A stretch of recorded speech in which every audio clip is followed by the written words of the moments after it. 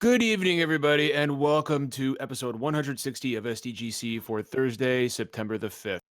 I don't have my little scrawl in front of me, so whatever. I'm not going to read it because I didn't have to fucking think about. Well, you know what? We don't have time for that shit anyway because there is a lot of stuff to talk about tonight. As you can tell, I've got the PAX plague. John's forced from screaming about Super NES games on Switch. Probably, yeah. Probably, yeah. No, like I feel like fucking shit. I feel terrible. I've got a massive head cold. I didn't sleep last night. My nose is all stuffed up and my voice is hoarse. But I'm here anyway because we have a lot of PAX impressions to talk about, and we've also got Zach's Gears 5 impressions to talk about. And Zach has a limited window. So what we're gonna do is we are going to start with Zach, and he's going to talk to us about Gears 5. We're going to ask him some questions, and we're also going to take questions from the chat. I'll be monitoring the chat for questions for Zach because he can't see the chat right now. And Zach, why don't we go and kick it off, dude? Yeah. So I've been playing Gears 5 for like 2 or 3 days now, but I've also, maybe people who watch regularly will see this as a different room. I just moved into my first home, and I'm getting married on Saturday. So I have not had... Yes! Big congrats for Zach. Yeah, it's awesome, but also I have not had time to play a lot of this video game yet. But I've played like, I think 6 or 7 hours. I've been staying up, like, we've been doing work on the house, and then I've been staying up till like 2 a.m. every night to try to play a little bit more. Zach, oh my God. So love to do it. I mean, I love Gears, so, it's been good to do it. So during a review period before the game is out, playing things like the Horde mode, the Versus mode, and the new Escape mode are kind of limited because unless you have a friend who's also playing at that same time, there's not really an online population. So I've been doing a lot of the campaign. But thankfully that is really fucking good again. Gears has a good campaign for the first time since 2011 or 2012 when Gears 3 came out.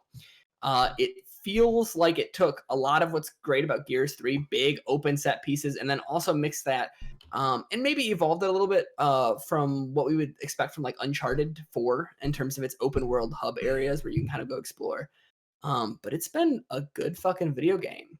Does anybody have questions for me so we can kind of dive right into it? How gay is it?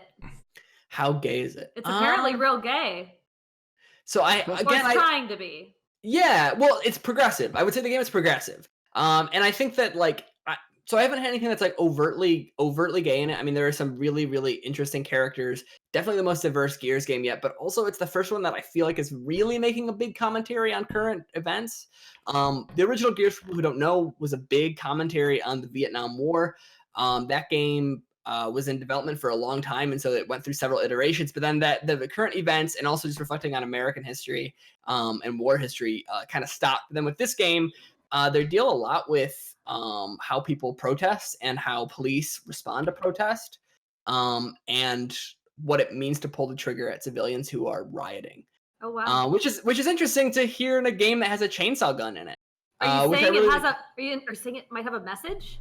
I'm saying this game might have one politic. It's got a politic. Okay. It's got a politic. Are you trying to say that Gears did not start the hype machine by saying that there's no politics in their game? Yeah, they didn't do that. It definitely has some politics going on. And it also isn't shying away from saying, hey, the white male lead that was a Aryan man with blue eyes in the last game, hey, he sucks. And we're going to make sure we lean into that and make sure he's a piece of shit, and we also know he's a piece of shit. Wow. Yeah, so the game is like, yeah, this last guy was actually cool with shooting at rioters. How do you feel about that? And you play as you're like the friends who are willing to call him out, which is really cool. I mean, one of the cool things about, or let me walk that back. One of the things that I think we all have a responsibility to do, we're a progressive podcast, but one of the things we have a responsibility to do is when one of our friends slip up, we have to try to catch them and make them do better and call them out when they do things wrong. And Gears does that with its characters, which is, again, like, it's not even doing a lot. Like, Gears 5 isn't even doing a lot, but it's also just surprising. And maybe I'm giving it too much credit. It is a game with a chainsaw gun. But I mean, no, that sounds like it's come quite a long way from. I think given the series it is, I think it kind of stands out more just because like the game has been kind of the games have been very campy and over the top and silly and stuff. Yeah. So like the fact that there's a bit more thought behind it means a lot. Oh yeah, when people like so you play as Kate. Kate is what's called an outsider. Which means she does not typically follow the rule of the COG, which is like the leading government in that region. So she's kind of an ostracized group. They are racially diverse. The outsiders are racially diverse, but they are basically marginalized folks. And the marginalized folks like outright call the COG who try to order them around fascists. And like you read all these documentation that like actually sways you to believe that like, yeah, the government that you've been fighting for all of these Gears games is really fucked up, and they did a lot of torture and they did a lot of murder and they killed a lot of humans while they were fighting the Locusts too. So it's interesting. Like it's dealing with some stuff like and also hey, it's a fun fucking video game where you get to shoot people and their heads go. Can I get that sound effect one more time, please? I Thank saw an you. article that That's a said good it one. might be the best looking game ever. Oh, I don't know about that, but it's really Okay. good. And I mean, let me put it this way: it's one of the best Unreal Engine games I've seen in a really That's long fair. time.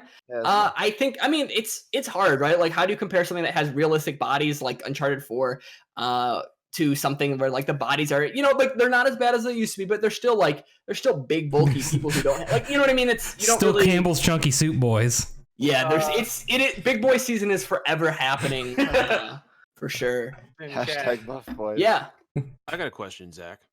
no. Let's take Finn's first. Oh, did Finn have his hand up? Okay. Imran asks, are the enemies all robots again like 4? Because he really hated that. So here's the thing, Coalition knows.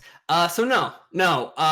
You fight. I mean, there are some variants. So right now, the Swarm. The only time you ever fight them is when the Swarm has actually infected them with these things, and they don't act the same way as they did back in the Gears 4 thing. So no. The game is like leaning hard into, hey, you're gonna shoot things with flesh, and they're gonna bleed, which is a gross thing to say, but they do that.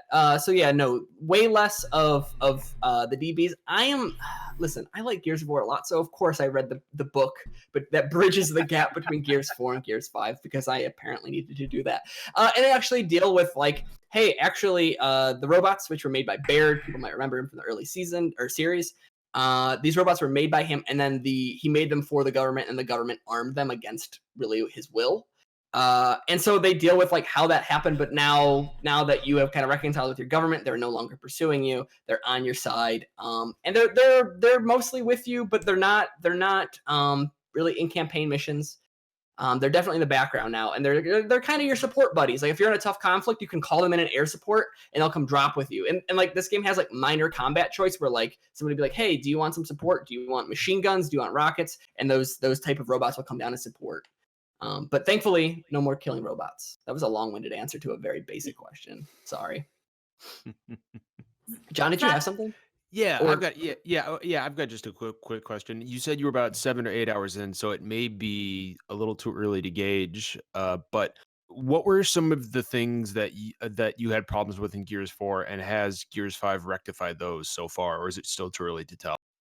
Well, so the thing about Gears 4, and like I think it succeeded at what it was doing, it just wasn't a satisfying thing to do. Like Gears 4 takes place over one single night. And it's like the characters learning about the Swarm coming back. And this game takes place over like, it feels like at least 6 months. Like I haven't finished it, and I feel like the 6 months have passed within various narrative beats. And so there's like passage of time, which also allows for like greater things to happen in terms of world building.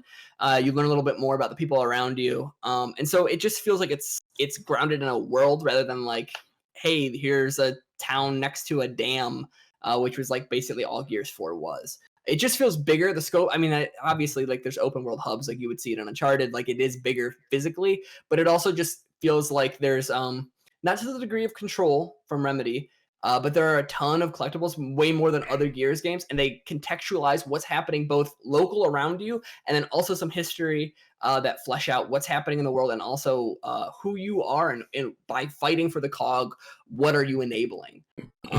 Yeah, I mean, it just feels like it takes place in a world rather than, you know, a set piece like Gears 4 felt. Cool. Interesting. Reb, did you have something?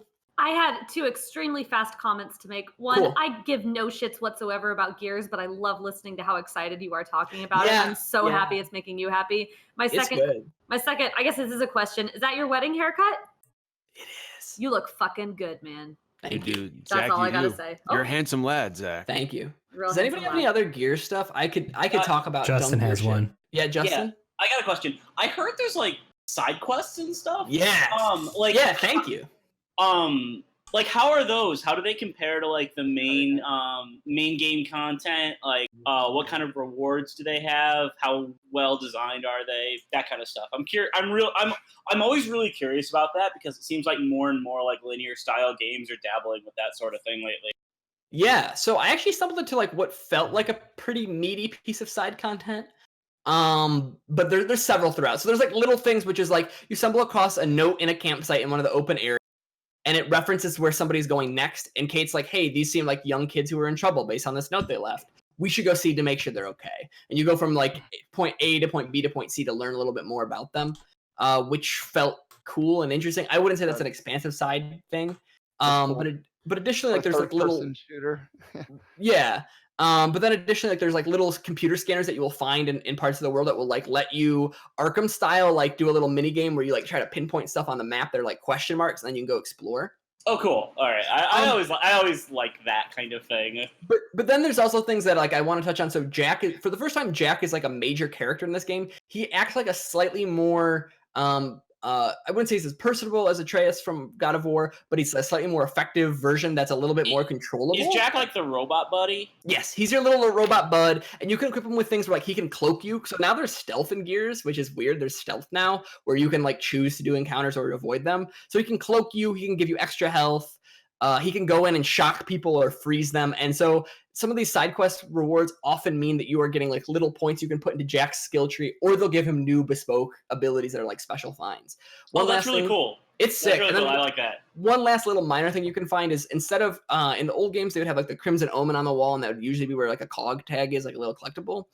Now there's a Crimson Omen, and you find a relic weapon, which are like the weapons in the game, but they're like a one-of-the-kind version just for the campaign, and like they're like a special modified version. So like one of them is like this bolt action sniper rifle. If you hit the active reload with the relic, it'll load like 2 bullets instead of 1. Oh, that's cool. Which is sick. Like, they're like little minor things, and like I wouldn't say that like you are playing incredible, as good as campaign content with the side stuff, but like it doesn't feel like filler. It definitely feels more substantial than that. Nice, cool. Derek? Yeah, so there's kind of a limited availability of this franchise on PC, and I don't have any Xbox systems, so like I've always kind of been curious about getting into Gears of War, but I think only 1 and 4 so far, and soon to be 5 are actually available on PC in any form.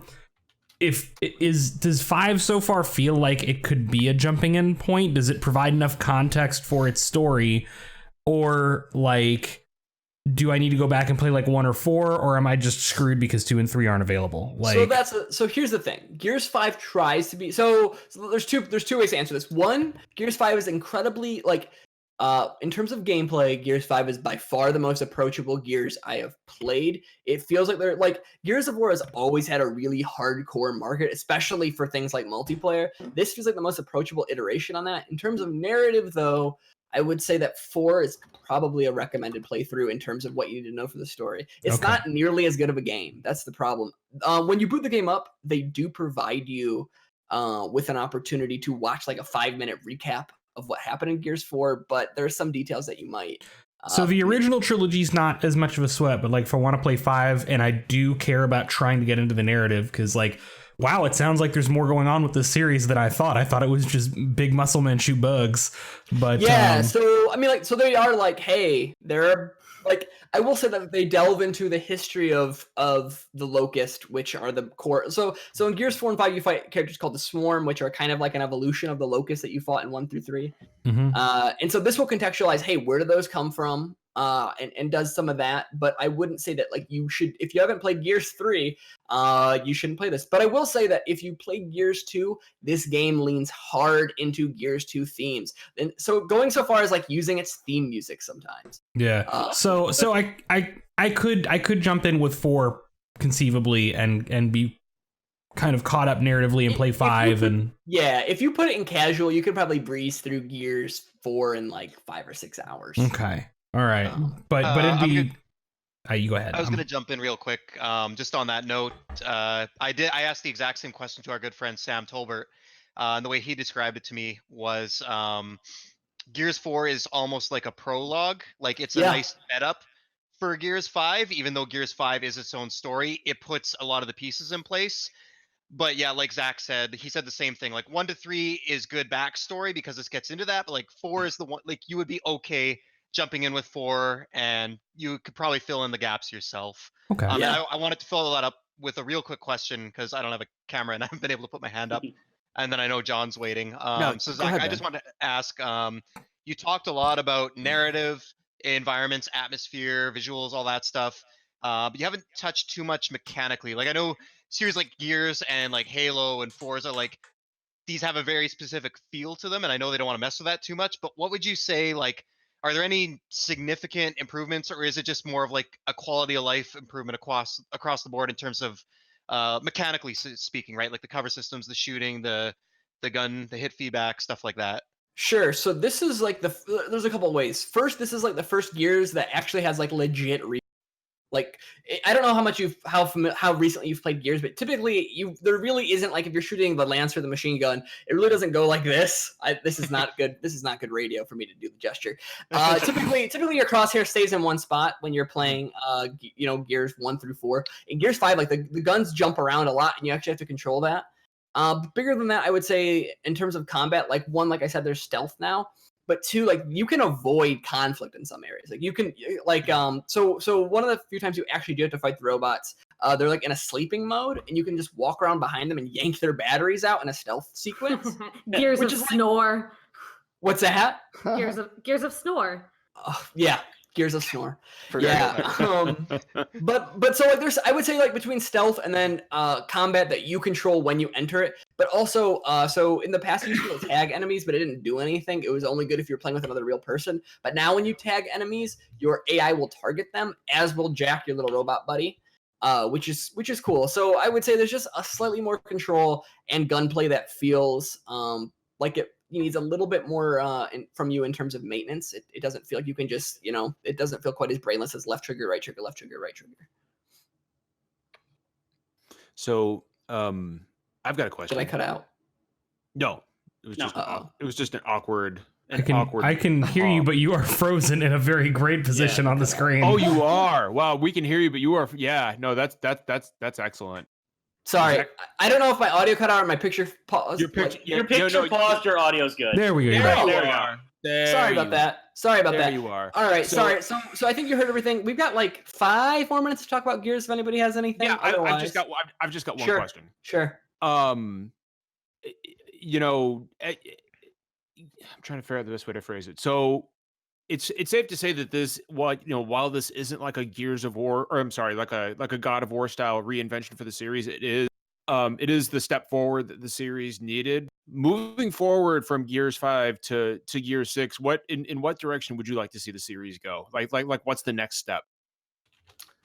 It's hard to say what's next. I would say that while it works in Gears 5, I think that this game is too confident watching what Naughty Dog does and then iterating on that. And even in the sections where I think they're doing what Naughty Dog did and even doing a little bit better in terms of like open world design, you think it's having a problem finding its own identity in some places? It's weird, right? Like I think that Gears touching into politics and like is really fucking good. Like I think it needs to do that, and I think that a game that is technically not, I mean, like the community has largely been considered dude bro, and like half of that's fair, half of that's not fair. But like a game like this needs to have politics that are actually smart, right? You're not gonna get good politics in a dude bro shooter like Call of Duty, and so I want them to keep touching on like, hey, there's some fucked up shit happening in the world, and guess what? It's happening in this game too. And I think them having commentary is good, but in terms of design, I want them to keep leaning into skill-based combat and more player control and enemy encounters, but I need to see more world design that does not feel so reactionary and iterative of other people's design. I want a little bit more coalition identity. What they're doing with Jack is really cool in terms of like, hey, here's how you can control the battlefield, but I want to see exploration done in a way that feels a little bit more fresh. Interesting. Okay. Zach, I just have one last real quick question. Sure. You're playing on the Xbox One X, right? Yep. I am. Yeah, so this game has a pretty ambitious upgrade for the Xbox One X. Instead of just doing a resolution boost, which it has, it's also aiming to run at 60 FPS in all modes, not just the multiplayer mode. How well does that hold up? 60 FPS feels very, very, very good in in like campaign missions that are like take place in that tighter spot. But when you're in that kind of semi-open world hub style, like you would see in like the Metro series, especially when you're on the skiff, which is like kind of like your car for getting around, you hit what you would used to hit in Halo 2, which is like you kind of hit spots where like it doesn't even always feel like frame rate drop. It feels like like a streaming stutter kind of thing. Exactly. Okay. Like yeah. So, but honestly, like 60 FPS feels really good, and I'm kind of like I can't imagine playing it in 30 after playing it in 60. Yeah, it feels really fucking good, and that's a huge step up from Gears 4, which even on the X only ran at 30 FPS. That's really cool. Like that's a really ambitious upgrade, and the fact that it seems like they hit it fairly well is really cool. So give credit to the team for that. Yeah. But yeah, unless anybody has any questions, I would wrap by saying that like Gears 5 feels like it's a great, Gears 4 felt safe. This feels like a confident step in the right direction. It feels like the best AAA game Microsoft has put out. Probably all gen, really. Probably all gen, the best game they've put out. It feels really, really strong. I'm super interested in touching on those other modes once it goes live to everybody. But I'm really interested in this with Xbox Game Pass. Like it feels like there's not been a better time to jump in and taste Gears 4. And if you bounce off the campaign because the first half is bad, because it is, like just jump to Gears 5. It's good and it's worth playing. One last thing, which is that SDGC will have more coverage of Gears 5 once I get back from my honeymoon. So he's getting married. Zach, a true gamer, would bring his Xbox on his honeymoon. She offered to let me. John, a true gamer, would be marrying his Xbox. She offered to let me, and like for a split second, I was like, "Is this a trap?" Yeah, it was. Yeah, Zach's gonna exchange vows, and he when he puts the ring on his finger, he's gonna say, "This is the only red ring I need."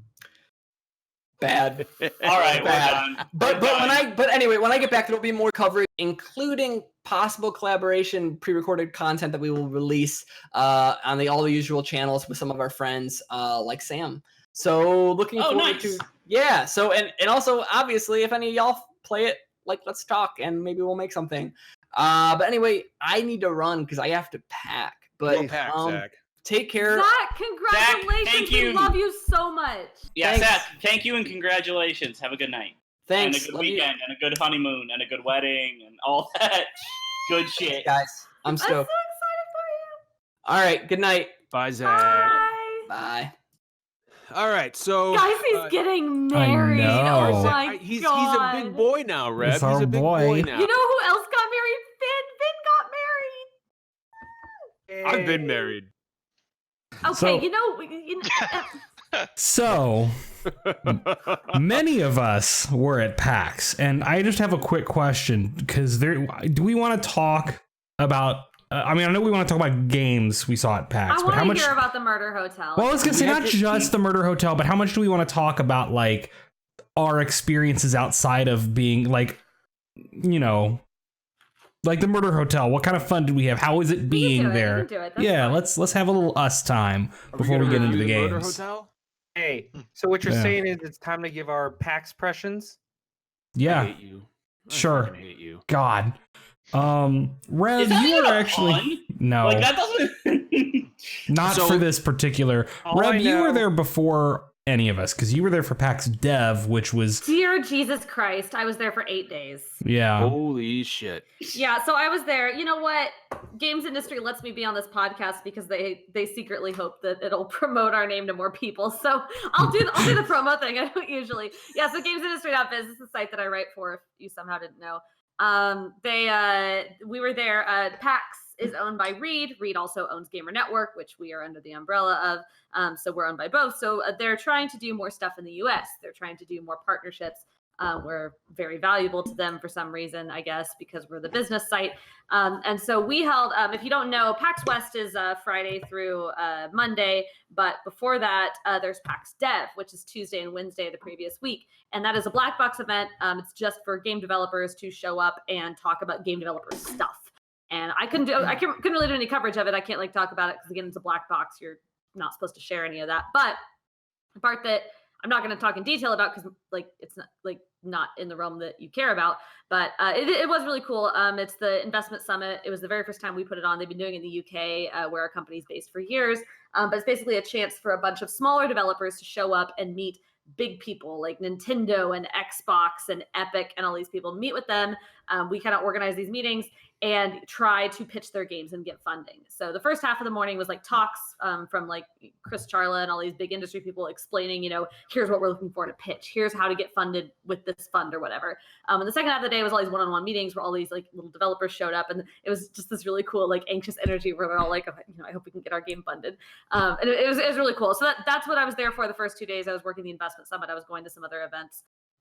But it was really cool, like to kind of see that happening, like to know that the people some of the people in the room with me were about ready to pitch projects that I'm not going to hear about for like 2 or 3 more years, and probably like the next big breakout indie might have been in that room, and who knows? Like it was really cool. That's a cool little peek behind the scenes. It really was. A lot of cool people there, a lot of cool stuff getting done. So yeah, that's what I was there for early. And I stayed an extra day late to attend an event that I can't tell you about. I just wrote it down on my little list of games to talk about, and then I realized I can't actually talk about it yet. God damn it. Also, Reb, we got to meet in person. We did. I got to meet U4 in person, which is absolutely fantastic. I've already met John, who is splendid the second time as well. It was quite lovely. We went to Gay City and got ice cream. Gay City. I told you. So like we're walking up the hill to go to Betsu Tenjin to eat ramen, and I told Derek, I said, dude, there's a place up here that's like it's like a gay bar that I passed, or like a gay store, and it's just called Gay. And I remember the name being Gay. And Derek was like, well, fucking hell yeah. He's like, we need to take a picture by this. And so we're walking up, and we thought it said, and for a minute he thought it said gay bar. He was like, he got all deflated. Derek was all sad. He was like, oh, that's boring. It's lame. Never mind. And he was all sad. And then we saw that the name of the place was Gay City, and he immediately went from 0 to 10 in like fucking 2 seconds. He was like, "Oh shit, we're back!" Like, I think we basically ended up in like the queer and like the queer neighborhood, and also like maybe partially like a BDSM kind of community. Oh yeah. And it was like really delightful. It was really cool. That was. What was that? Neighborhood all around. Yeah. It was Imran in chat. Jesus. So we all genders, not both genders, all genders. We actually got there. We got there around. I got there first on Thursday. No, Finn got there first. Oh no, Finn! I keep forgetting Finn got there. Finn and I had a delicious breakfast without y'all. We had a delightful morning. Wandering the city, having delicious breakfast by the marketplace. Mm-hmm. First Starbucks, like the basic bitch that I am. Real basic bitch. Was that Caitlin? Yelling that I was going for her. So Finn and I were walking to the hotel. We were walking up fucking Mount Everest to our hotel. Everywhere was Mount Everest. Yeah, apparently Seattle is built on the side of God's motorcycle ramp. It's just we were fucking walking up to this place, and we couldn't find it. And some lady came out of we were right next to a hospital, and some lady comes out of the we're gonna talk about the murder hotel real quick. Some lady comes out of the entrance to surgery, and she says, "Oh, are you guys looking for the Virginia Mason?" We said, "Yeah." And she says, "Well, let me help you." So she says, "Follow me." And we followed her right back into the entrance for the surgery wing of the hospital. And Finn and I are like, what the fuck is happening? And we're like, what the shit? And so she's leading us down this hallway. And Justin, there's literally like doctors and shit, and there's scrubs walking around. And Finn is starting to get like visibly nervous. He's like, what is happening? That's how all the stories of how you're kidnapped and your organs are sold. Yeah, like wake it up and you've got like a scar where your kidney used to be. Yes, this is your hotel room. And enjoy your stay. I just realized, like, it just occurred to me the name of the hotel is like the Inn at Virginia Mason. That's a real hospital ass name, John. Like it is. I thought Virginia Mason when I looked at it, I thought Virginia Mason was maybe like, I don't know, some kind of like either campus or neighborhood or something. I'm not familiar with Seattle. I did not realize that Virginia Mason's literally a hospital. I did pick the hospital my mental hotel. picture of this place is no, so Justin. goddamn funny. No, Justin, we're walking down the hallway and there's like this delightful little cafe that actually has the coffee is quite good. And right next to that is the emergency entrance to the hyperbaric heart chamber. And I was like, what the fuck? And so we get on the elevator. Did you sleep in there? No. Well, I probably should have. We would have slept. So no, let me tell you a little bit about sleeping, Justin. We get in the elevator, we go up to the hotel, and it's this rickety ass little hole in the wall. And we get our room key, no problem, everything's fine, right? I'm like, okay, this is dated, but it's all right. We get on this elevator, and back me up here, everybody who was on this elevator. The dumb waiter? Yeah, the fucking dumb waiter. In this elevator, if you could fit 5 people who are extremely comfortable with each other in this elevator, like y'all were gonna rub junk in that elevator. It was tight. We got real cozy in there. We were nip to nip. It was I can tell you the color of everyone's eyes. So I'm really glad that I didn't end up bunking with you guys, because you know perfectly well that you all would have tried to be the most obnoxious gentleman about it and let me have one of those narrow ass murder beds. Oh, absolutely. Yeah. It would have been just the most annoying thing in the There were world. 2 children-sized beds, and that was it. They were not children size, they were hobbit size. Yeah, they were, we've got, no, seriously, like, I have, like, now that I think about it, that guy at the front desk should have said, if you're looking for accommodations, we got some nice hobbit-sized rooms available. Like, It was, like, dude, we went up there, and the fucking beds, Justin, were about the size of my computer desk here, and I was like, how the fuck are we going to sleep? John, you have to understand, when this hotel was built, the average size of a human was about 5'3". And is going on. We have 200 years ago. Yes. It got to the point where if one of us did get our organs harvested, at least the hospital bed would be more comfortable. So like we all get there, and Jeff arrived next. And he walks into the hotel room and he sees these little ass beds. He just goes, oh boy. Like, he just starts laughing his ass off.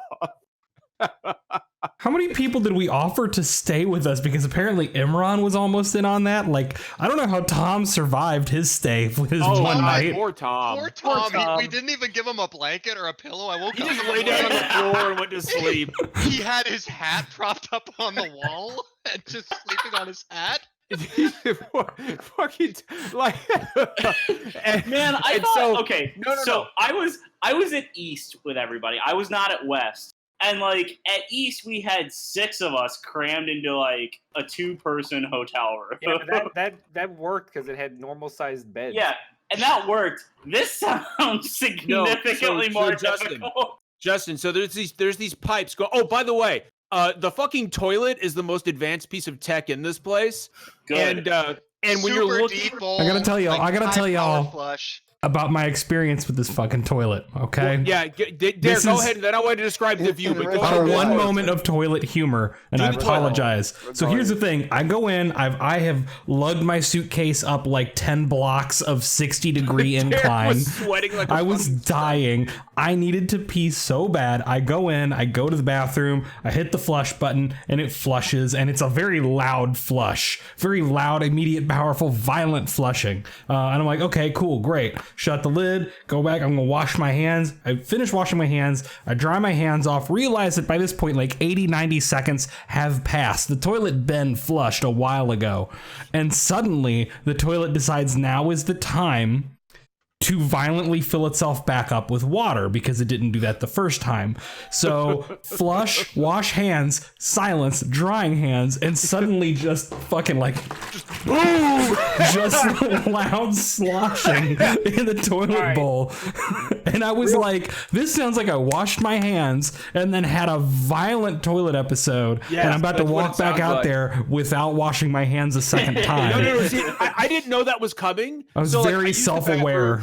I used the bathroom and I flushed and I was brushing my teeth, and then like 30 seconds later, all of a sudden the toilet explosion happened, and I spit my toothpaste all over the sink and scared me so bad. I was like, Like it was, and then I look up in the window and you can see right into the fucking hotel, and right into the hospital, like hospital beds. And there's like nurses putting catheters into people, and I was like, where the fuck are we? It was.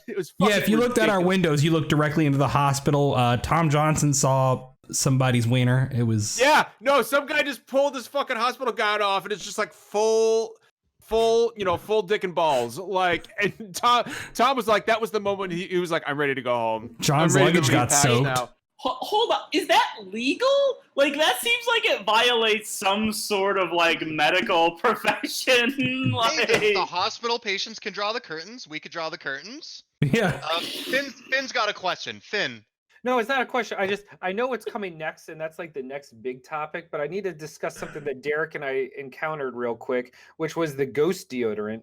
Oh yeah. I haven't heard this yet. Yes. I haven't heard this either. We walk in, and just out of nowhere, we just walk in the room. No one's in the bathroom. No one's been in the bathroom all day. We're just dropping stuff off, and all of a sudden, we just hear a loud crash. We walk into the bathroom, and all the deodorant just fell to the ground.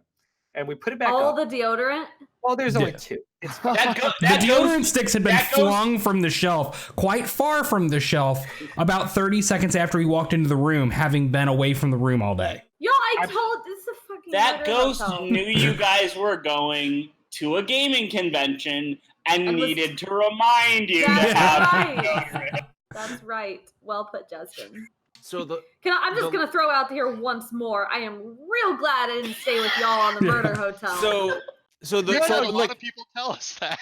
We could go on about the murder hotel, but there's one more murder hotel topic, and it is of course the pipe and the leak. So there's these. I'm sorry, John. Do you mean the condensation? Oh yeah. I'm sorry. The condensation. So we went to bed, right? We went to bed. I was like, man, I'm ready for a big day of PAX tomorrow. It's gonna be great. So we're gonna describe. There are these exposed pipes running all through the room, out of the luggage closet, which is massive. I don't know why they have a closet area that big. 3 beds in the luggage closet. It didn't make any sense.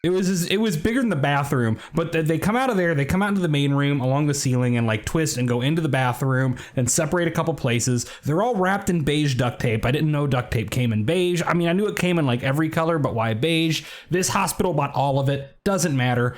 Pipes wrapped in beige duct tape all the way through. Right. And so like we woke up and I got up, I took a shower. I grabbed my clothes out of my luggage and they're fucking soaking wet. And I was like, what the fuck is this? And I'm looking at I'm looking at the rest of them and I'm thinking, did you motherfuckers piss on my clothes? Like what that's the most obvious explanation. And but I didn't know what had happened. I was like, why are my fucking clothes wet? He was finally going to get his revenge and pissed on your clothes. Well, I'm not housebroken. Look. I don't know what Finn is capable of, okay? And so like I'm looking around. I'm like, why the fuck are my clothes wet? And everybody's like, what the hell? And then I look up and I realize the fucking pipes were leaking right perfectly into my open luggage on the floor. And I'm not talking a leak. Like it was like drip, drip, drip, drip, drip, drip, drip, drip, drip. It had soaked all the way through my pants. It got a bunch of my shirts wet. And we were like, Jesus Christ. And so Derek was like, holy shit, I can actually see the water coming down. And so I went down to the lobby all pissed off. And I was like, yeah, you've got a leak in our room. And the girl says, oh, that's not a leak. That's just condensation. I was like, yeah, she was like, see, with condensation, I just stare at her, but no. But then she goes, see, with condensation, I was like, yeah, I don't need a fucking science lesson. Okay, like I know what condensation is and I know how it works. Okay, that's not condensation because there's no fucking air conditioning in the room, so it's not condensation. These pipes are coming out of the bathroom, and it didn't start happening until we started showering and flushing the toilet. So that's what it is. So. Okay, 2 conclusions from this. Either Derek no longer gets to choose the hotel. No, that's a given no matter what. Derek always gets to choose the hotel. There's one very All important right. factor. Hang on. There's one very important factor we need to actually mention, and that's why it didn't matter how bad the hotel was, because for once we could walk to and from the convention. Yeah, I mean, hey, I'm not gonna lie, that's that factor trumps a whole lot. Yeah, there was no two other little things. There's no air conditioning in the hotel. Oh yeah. Which is interesting that there were condensation pipes when there was nothing cool to be condensed from. There was no air conditioning unit. And the room came with a box fan. You know, one of those white $20 Walmart fans was in the room for us when we got there, which is an interesting hotel amenity. I don't know why it's a non-AC city, JB, because it was so humid. I had the swampiest body the whole time I was there. It was not good. I had level 10 swamp ass pretty much all weekend. Like, it was bad. I don't know how there were any sex pests who were trying to use PAX as like a recruiting ground, because nobody felt good. Nobody felt attractive or sexy at PAX. It was no one does. I felt like somebody had just rubbed vegetable oil on me. It was not good. So we do need. This is a video game podcast. We talk about video games as much as I want to talk about the Murder Hotel all night. I think we covered it. We do, yeah. Like. There's other things we could say, but we'll save that for later. But yeah, the Murder Hotel was a fucking experience. So we do have a lot of PAX impressions to get through, and I actually want to start with Reb, if you don't mind. If you could talk a little bit about what you played, what you thought, and just your general impressions. Do I have time for a couple games real fast? Sure. Yeah.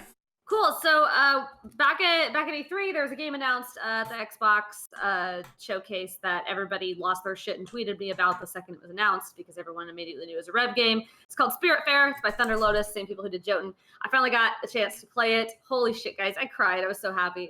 So good.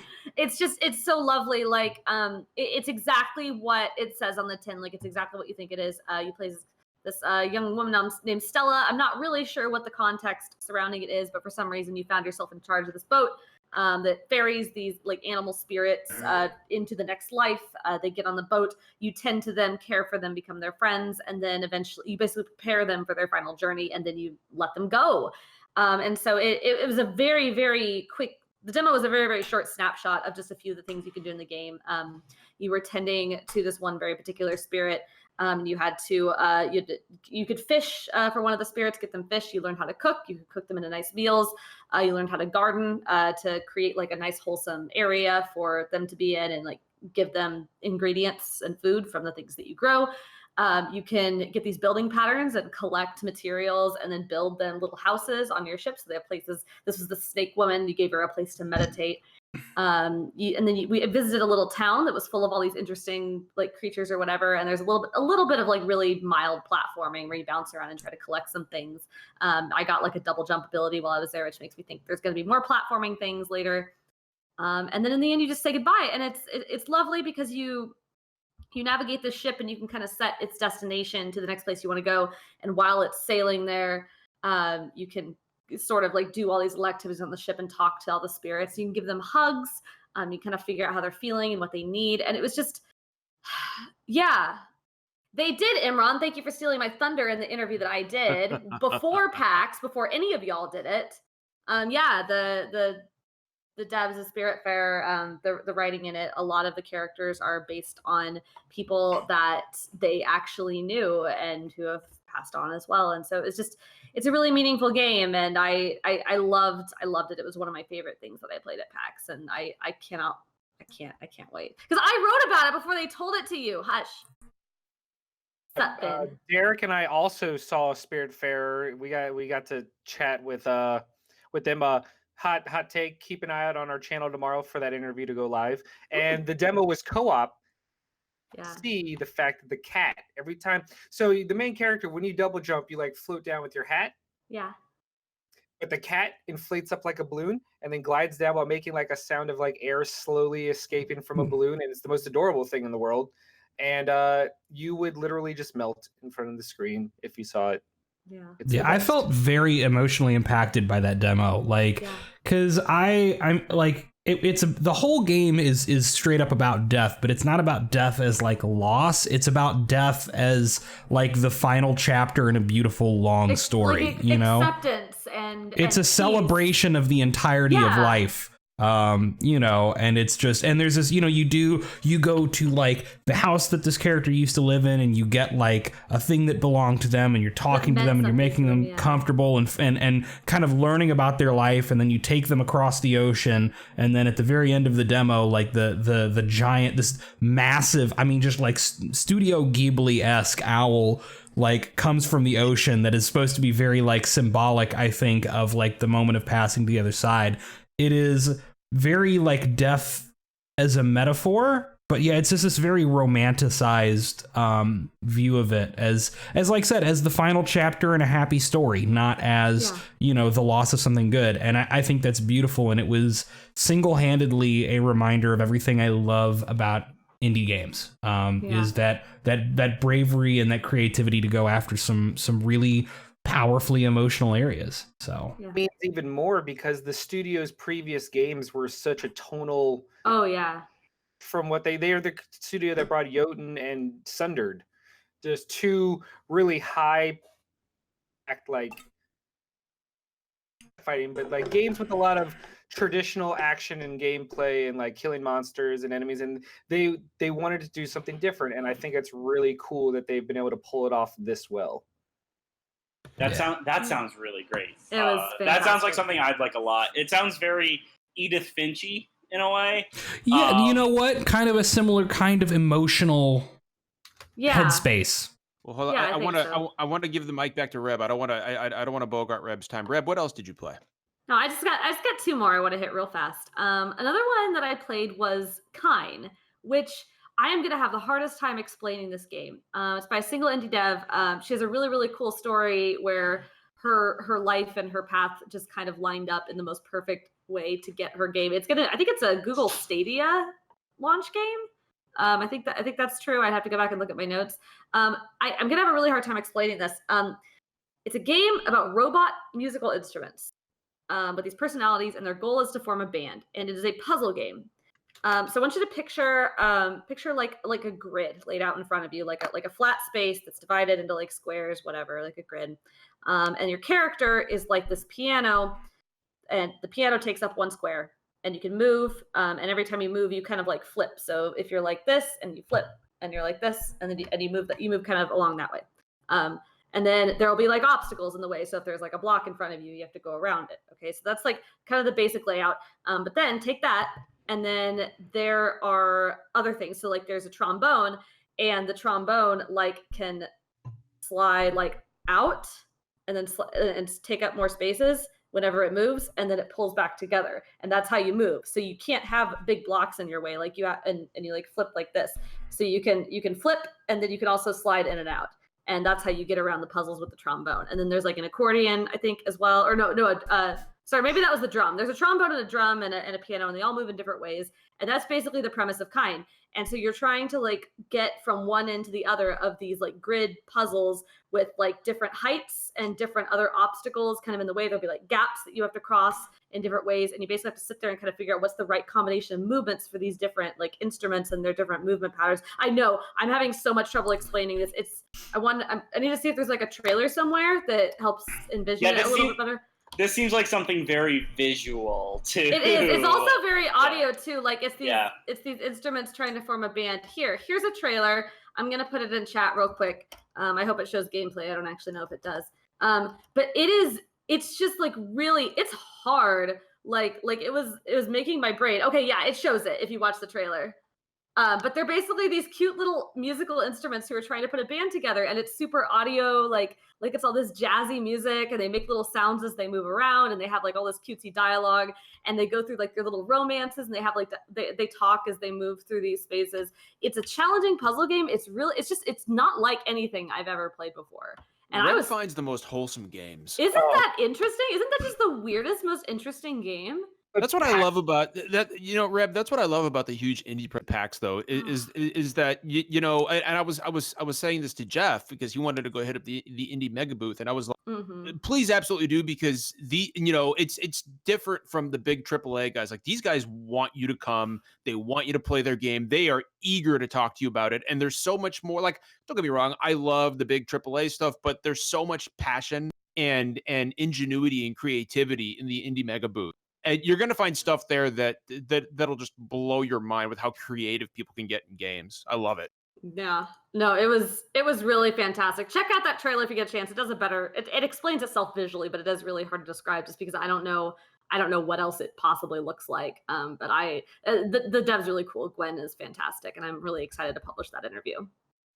The last one I wanted to mention is Falcon Age, which is a VR game that is out, I think, this weekend. And Echo, the developer, was actually on one of my panels, which was super awesome. We talked about Crunch. It was a really good panel. But it's a VR game. It can also be played out of VR. But it's a game where you're in this sort of my understanding of the story is that you're in this sort of world where there's some sort of oppressive regime or oppressive government or oppressive people who have come and taken over your lands. And you come from a long genealogy of falconers. And you escape from this prison, and this baby falcon helps you, and the falcon becomes your partner. And so you're going out and you're trying to stop these people. When you play it in VR, you can bring the controller up on the left up to your mouth and hit the trigger, and it'll whistle, and your bird will come to you and land on your arm, and you can pet it, and you can dress it up in hats and costumes, and then you can use it to fight. So you have your own little melee weapon that you can use, kind of this zappy whip thing that you can kind of hit things from a short distance. But then you can also use the bird. You can control the bird and command it to hunt for you. You can bring down rabbits and things, attack them, and have them bring back meat and stuff. And then you can craft them into food to feed the falcon. You can have it attack flying drones and things, or attack enemies from afar. But it's really fun. It's really pretty. It was a nice, interesting use of VR that I have not seen in a while. I guess Finn just noted that it's already out on PSVR. I've not played it on PSVR, but it's coming out on, I think, the Epic Games Store here this weekend, and I'm going to pick it up for Valve Index. Yeah, Finn. It's really cool how I remember when it was coming out, he talked at PAX East, he talked about how it influenced so much of the game. And because you play as this indigenous and you're trying to fight back against this corporation that's come to your planet for its resources. And I think agree with Reb that it's an amazing game. You cut out just a bit there. Yeah, you cut out. I kind of missed the end of that. I'm sorry. Okay, it's fine. Basically, Reb's right. It's good. Yeah, it looks really, really good. It was really fun to play. I'm excited for it. I'm trying to find more VR games to get excited about now that I have a VR headset, and that's definitely one that I'm going to start playing. So yeah, those are the three main ones I played. I mean, I have a few others as well, but I want to make sure that we have time to get to everybody's stuff. So if you have more time, I've got a whole long list. So, I mean, I think we have plenty of time. We can real quick. My last shout out. I didn't actually play this at PAX, but I did play it very, very briefly at PAX, not for very long. And then I've played it at GDC as well. The new Goose Game trailer. If y'all have not gone and watched the new Goose Game trailer, it's the most wholesome, funny fucking thing in the entire world. It is the best thing. Go watch the Goose Game trailer if you need light in your life. Anyway, continue, please. So I just want to back up what Reb said. This is the first time I've actually played Untitled Goose Game, and it went from, oh, this looks wholesome, to fucking day one I'm in. I bought a Goose Game shirt, and I bought the Goose Game socks, and I'm fucking all about Goose Game. This shit is gonna be great, and I'm so glad they're sticking with that name. I want to move on to Jeff next, because Jeff, this is your first PAX, so I am really interested in hearing about what you played and what you thought as a whole. Yeah, this was my first convention of any kind ever, so it was quite overwhelming. I didn't get to play as much as I wanted, just because I spent so much time realizing holy shit, just for trying to figure out how to manage my time effectively and get to hit up the games I wanted, but also to hit up as many as possible.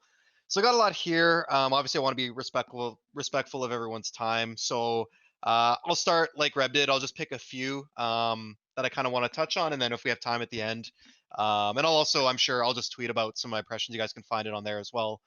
So the first thing I saw was Final Fantasy VII, which we're gonna get to a little bit later. So I'll start with. So I saw a closed doors demo of Kerbal Space Program 2. So yeah! For anyone who's not familiar with Kerbal Space Program, I just stumbled onto this in early access years ago. It was kind of my first big foray into streaming. I streamed it a lot. It basically is trial and error. It's it came from a studio called Squad. It was just a small little experimental game. You got these little Kerbals, these little green guys, and you've got an assembly building, and all you do is you just build things. You build planes and rockets with parts. You've got hundreds of different parts. So you build a rocket and you launch it and it blows up, and you're like, oh fuck, why did it blow up? And you go back and maybe you didn't secure one of the rocket boosters properly, or maybe you didn't have your staging set correctly. There wasn't a whole lot of tutorials. As the game progressed, it went from early access to a full release.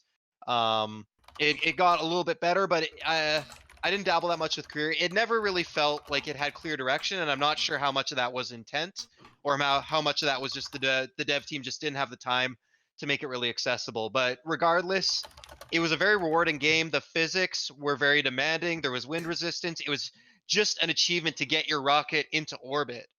And then there was an achievement to dock. And then it was a huge achievement to actually get to the moon and land on the moon and come back. Like every step of your journey took so many hours of research and practice and figuring out all the mechanics of the game.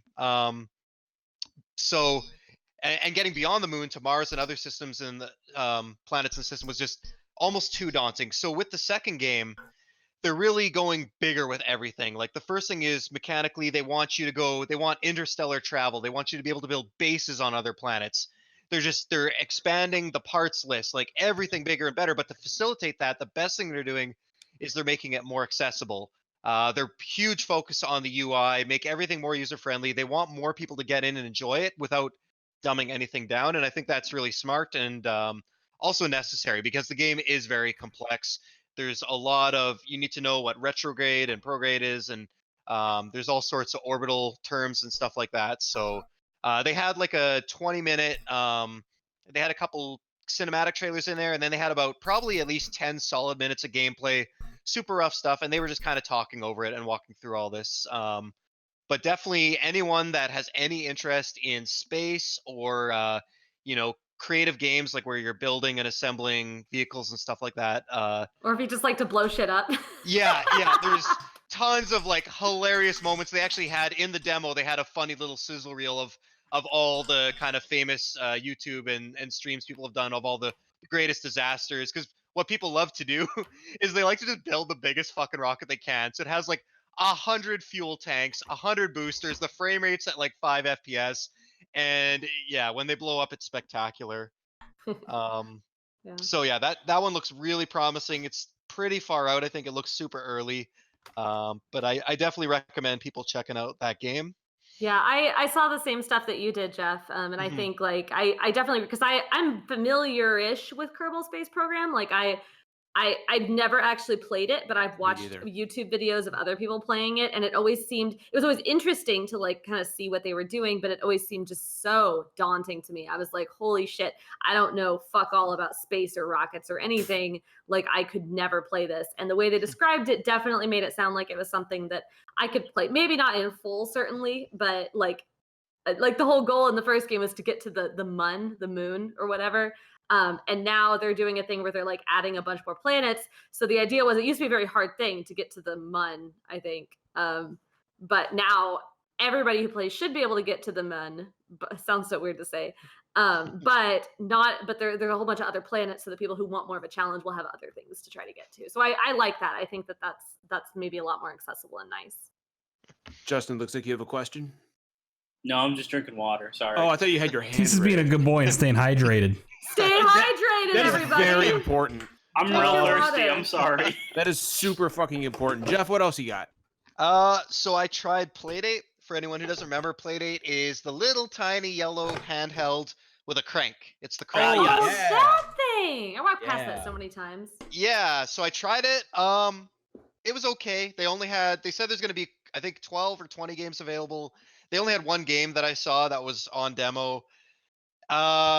It was, and sorry, there was no, like, some of the demos had people explaining stuff to you, but this, they just gave it to you and just let you pick it up. So maybe if some of this information is incorrect or wrong, I'm sorry. It was basically a game about going on a date, or on a series of dates. So like, you start with your first date, and every date starts the same. It's almost like a Groundhog Day type thing. Like you wake up in bed, your guy looks at the watch and runs out the door. And so the crank is your running control. So you crank forward and he runs forward, and you crank backward and it cranks back. Wow. But What is this?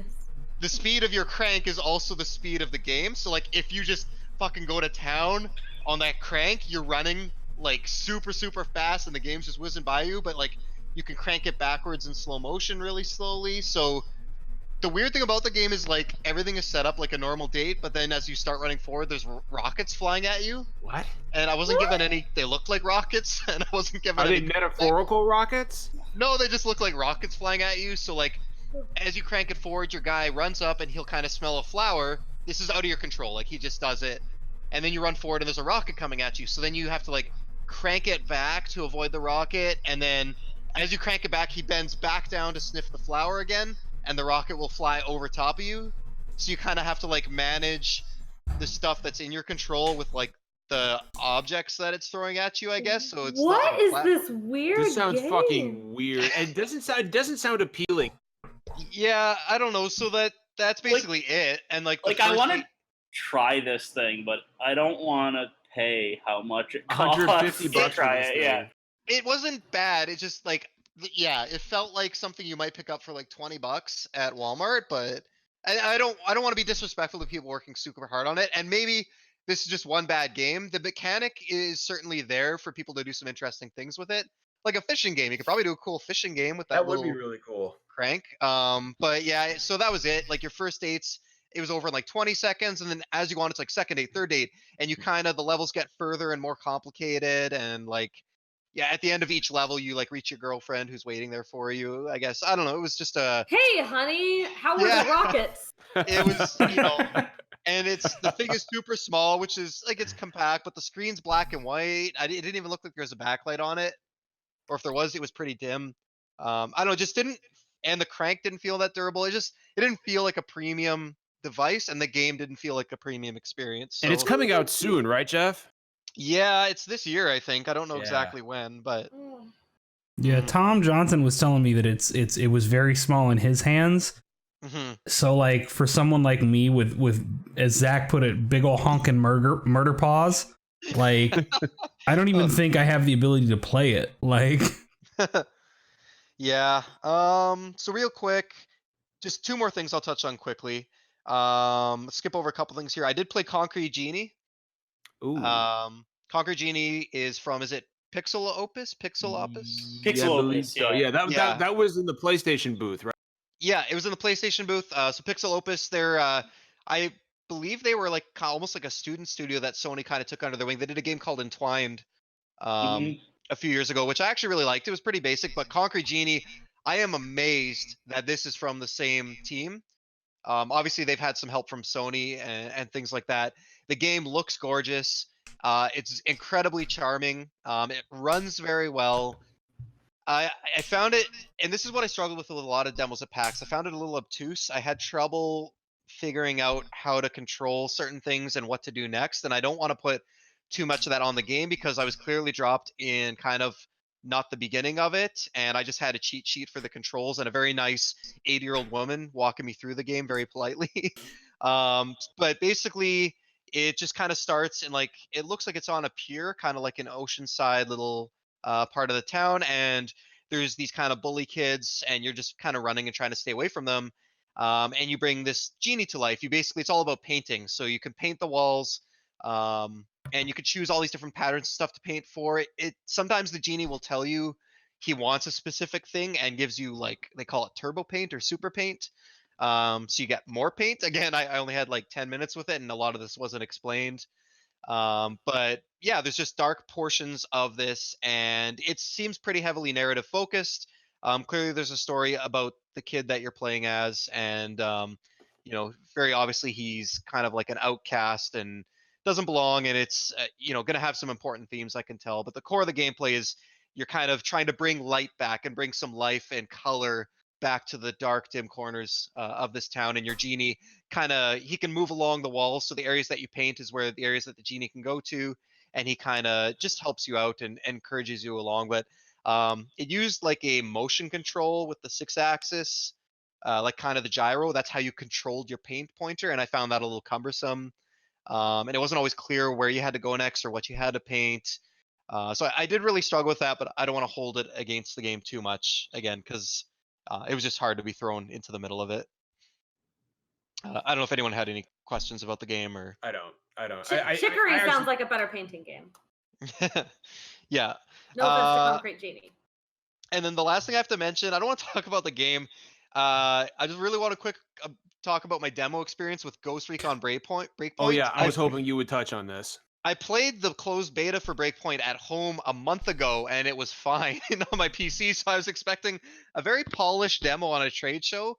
So I got there early. There was nobody else there, and the first thing the UB rep said to me was, "We're gonna have to wait till more people file in because this game sucks to play by yourself." And I was like, "It's a great sign." Especially because the debut trailer for Breakpoint was all about being like a lone wolf behind enemy lines. I was like, okay. So we waited for a few more people to get there. He took us over to set 4 of us up on a team. They mic'd us up so we could talk to each other, and we had a guide walking us through it. So we start up on a cliff, and we spent like 2 minutes walking around trying to figure out how to get down this cliff without dying. And he's like, "Oh, you guys could just jump down there. It's fine." So all 4 of us jumped and fell 30 feet to our death and respawned back up there. He's like, "Oh, well, that doesn't usually happen." So then he helped us struggle for another 5 minutes. We found this weird little hill that we could kind of shimmy down, but it didn't feel like that was the way we were meant to go. Because our objective's like 700 meters away. So we got down, and then 2 Humvees spawned out of midair, just appeared, and started shooting at us. We killed all the enemies and hopped on the Humvees. And he's like, "Oh yeah, you can hop on those Humvees, you can man the turrets, but I don't recommend it because there's trees everywhere and you can't really drive them. They'll just crash into them." And someone's like, "Well, then why do we have the Humvees?" And so all of us were like, "Fuck it, we're gonna drive them anyway." So I drove it 2 feet and it crashed into a barrier and it blew up and killed 2 of us. Yay! And then after that, there's about a few minutes of us just constantly dying because you're just being swarmed by enemies. And then we got into a building. Our mission was to extract a woman. And after about 5 minutes, we had an objective marker originally. The objective marker disappeared. And the guide is like, "Your objective marker's gone. Did one of you shoot someone?" And one of my teammates is like, "Oh, we got up to the top floor and I shot some lady." And the guide's like, "Oh, I think you killed the objective. So you can't really finish the mission. I guess you guys can just kind of clear out the base if you want." But like, you didn't have a good answer. And I'm like, "Why wouldn't you just fail the mission?" Like, because you couldn't do anything else. We couldn't quit. It wouldn't. So anyways, it was just, and then one guy left and that was the end of the demo. One guy just walked away. He was like, "I'm done. Fuck this." Yeah, so it's just bizarrely unpolished, unorganized, just a weird. I'm sure the game will be fine, but yeah, that's it. I want to let someone else talk. It's a weird choice to like go to a huge convention like PAX, and then your first person comes up and you say, "Well, let's wait for more people because this is not enjoyable if it's just single player." Is bad. Like, whoa. It's really much better to share in the misery than experience it alone, is what it sounds like. It's always like, there's always that caveat, right? When somebody's just like, "Oh, yeah, this game's fun with friends." It's like, literally everything's fun with friends. So, well, I don't know, man. Murder hotels aren't fun with friends, but it's really, because we've laughed about those stories. We really did. Yeah, no, it was a good time. I'll go next, and we'll do Finn and then Derek. And I'll be quick. I won't spend too much time on mine. So the first game I played was Link's Awakening. And I am fucking super high on that game. I'm so excited for Link's Awakening. It's so pure and joyful, and Link is just chibi Link. He's darling. Reb, I just want to fucking. He's so baby. Reb, I just want to protect him. Like, I would die for him. Like, I just in my hands. So like I played it and I got a little chibi Link keychain that is now on my messenger bag. And I just got a pin of a cello. I will send you a picture of my Chibi Link I don't want a keychain. picture of your Chibi Link keychain. It is I want Nintendo to give me a Chibi Link keychain. It is so good. And like, as somebody who loved Link's Awakening times, like, it is a perfect recreation of that game, just in I mean, the visuals in this game. It's one of the best looking Switch games in my opinion, just because of the art style. It's really good. And it is just gorgeous. I did notice some hitching in places, where the frame rate would drop a little bit, mostly when walking around, something new happens, or like an but. I heard that there was a behind the doors closed demo where that issue was fixed. That's Yeah, what I Tom didn't told me. notice anything like that in mine. Yeah, 'Cause so mine was closed doors. I think that's probably the same one. Yeah. Yeah, I did. The only thing I didn't like about it had nothing to do with the game. It was that they dumped me into the third dungeon, and I hadn't played the game before. oh, so you had no context for what was I happening. had no context for anything, and the guy was just like walking me through everything, and I'm like, no, I what I wanted was like 30 minutes to sit there and play in this demo. I mean, it was behind closed doors, like there shouldn't have been a time limit, and there wasn't like a line, like there were plenty of demo stations, but he kept like trying to hurry me along, and then I got to a point, and he's like, okay, well that was 15 minutes, you should probably move on. And I'm like, but I'm not done with this demo. There's more content that other people are seeing because they got here faster that I'm not seeing. Let me keep playing. And I was very frustrated by that. But it was very, very darling. And I love Link to the Past. I love Link Between Worlds. I love Phantom Hourglass and the top-down Zelda games. Yeah, it's good. I'm a huge 2D Zelda fan, and so this is a day one. I also saw the Switch Lite in person for the first time, and good God, that thing is beautiful. That is a good looking piece of tech. It's a cutie. It is gorgeous. It's probably the most beautiful handheld I've ever seen. Like, especially the turquoise one, which is the one I have coming. It's a nice color. And the smaller screen. Does it look better in person? Because like, dude, it's fucking gorgeous. Because all the pictures I've seen make it look almost like 2DS kind of cheaper version of the Switch. It looks amazing in person. Yeah. Okay, because it does not look like it's. No, dude, like I can't understate just how good this thing looks in person, and the smaller screen makes everything look crisper, because all the pixels are all condensed. So even at a lower, visual accuracy, like it's just a gorgeous system, man. What else did I play? We'll talk about Final Fantasy VII later. I also played Predator, which is one of the fuggliest looking games I have ever played in my life, from the developers of Friday the 13th. Not much to say on that one. I played as the Predator, and like you've got like the Predator's vision during the whole thing, and it's not fun. It's not intuitive. It's hard to make things out. And it's just not like I didn't enjoy it at all. I had heard good things about it, and so I wanted to try it, and I came away very unimpressed. I also played the Trials of Mana remake, and this is an interesting one. So I played it on PS4 and I played it on Switch. On PS4, it is gorgeous. It's crisp. It runs. It's a very buttery, solid 60 frames a second. Buttery. What was that, Reb? Buttery. Buttery. It was buttery. This game played very buttery. Buttery. Then I immediately played it on the Switch, and it was not great.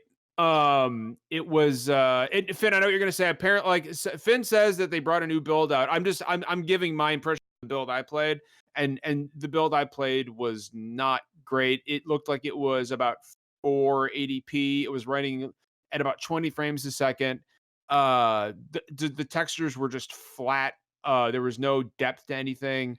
There was like choppy movement from NPC. Like it was just it was a mess. It was a fucking mess. And hopefully, like I if they brought a new build out, I don't know why you wouldn't just open with that.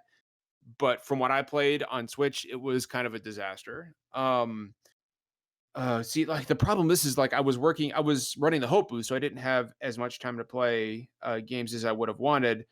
But so yeah, I'll go ahead because obviously the other game is Final Fantasy VII, but I will we'll have a roundtable discussion on that. Finn, why don't you go ahead? That's all you had to talk about? Oh no, Finn, you're still cutting out, man. Hey, I don't know. Very frustrating. Am I still cutting out?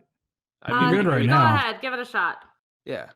Stop me when I do, and I'll just try and start over. I'm going to start with a couple games that I played, and then I'm going to end on some games that Derek and I both played, so that will dovetail nicely into his turn. I played a lot of co-op games together. Yeah. Of us doing interviews.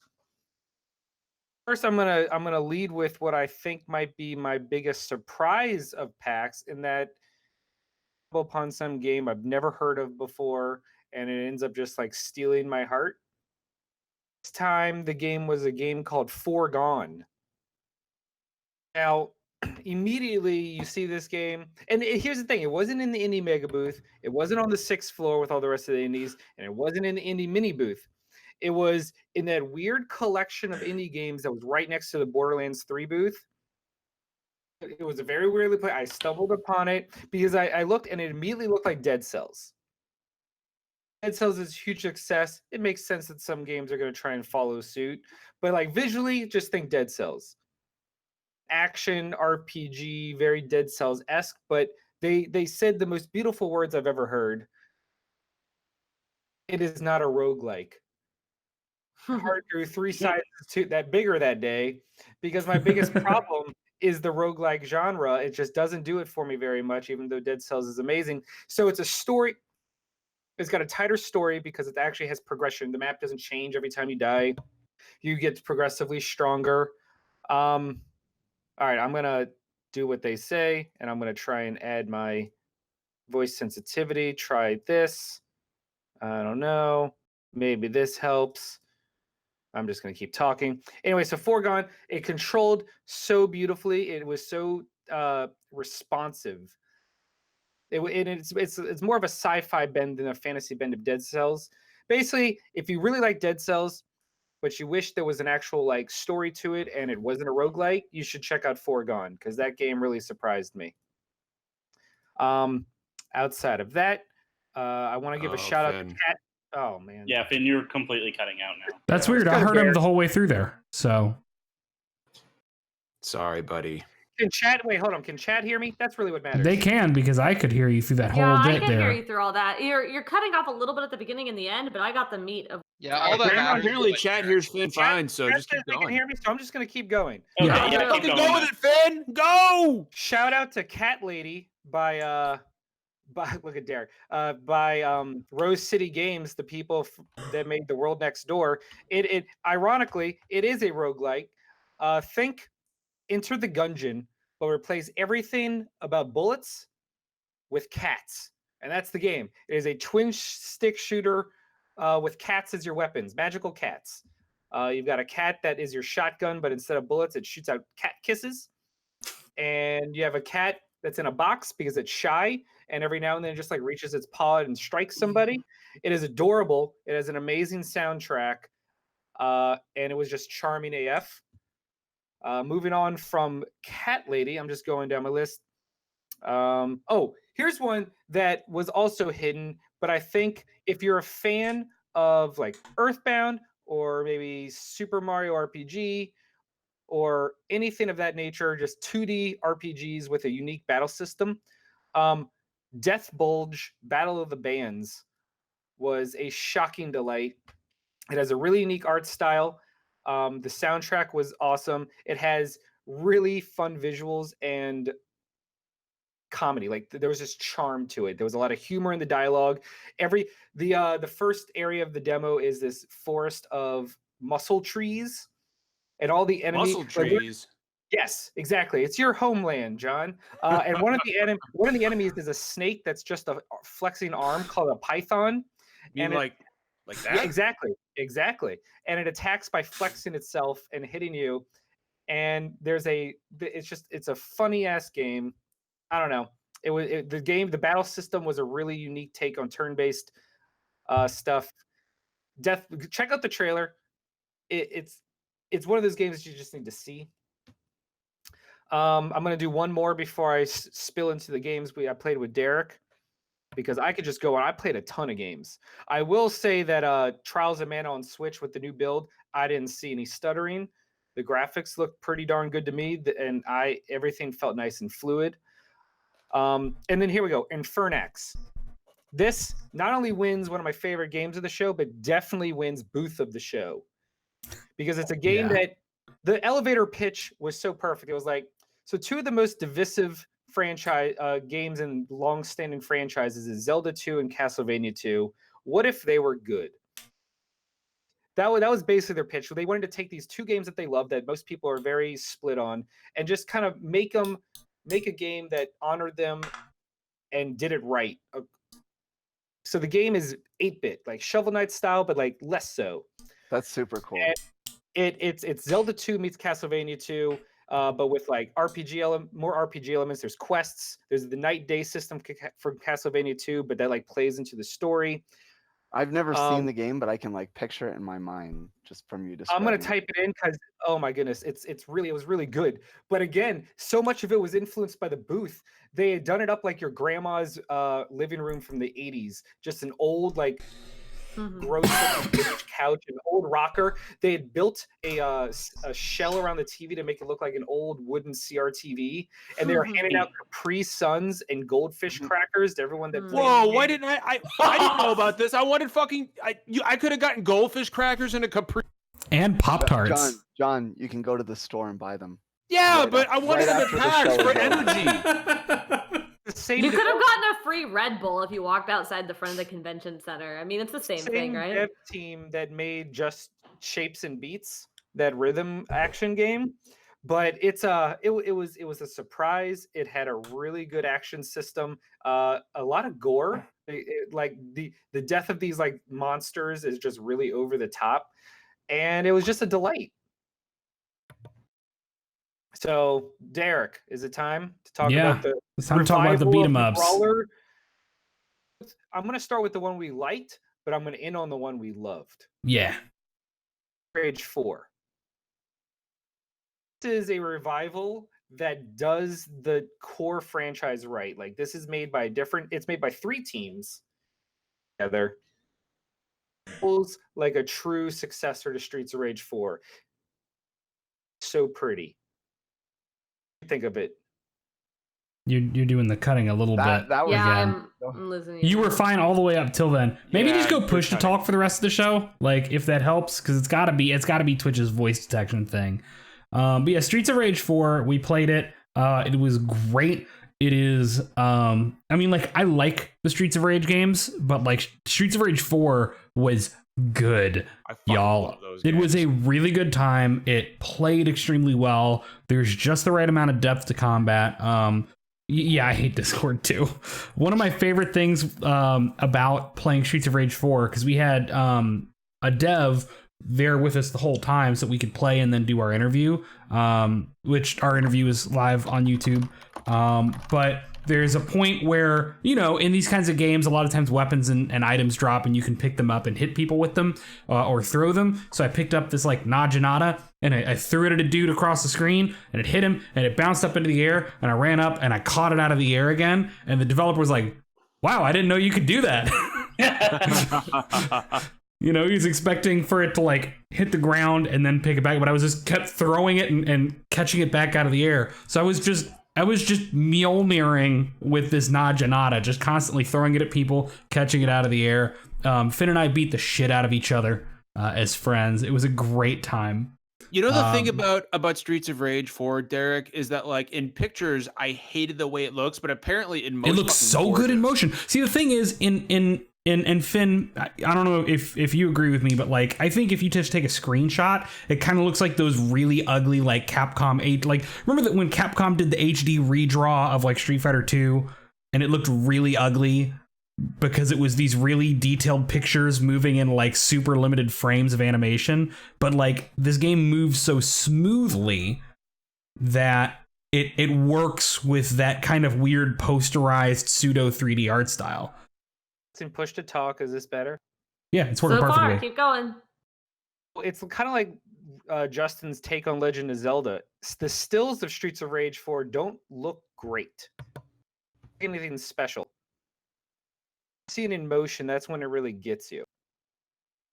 Yeah, that's what I've heard from multiple people. I didn't have a chance to stop by the booth, but man, and this is a sentiment I've pretty much everybody who's played it. Yeah. But yeah, so Streets of Rage 4 was good. It was really good. I was very happy with it. There was another beat 'em up there was a not quite a king, but a queen of beat 'em ups on the floor.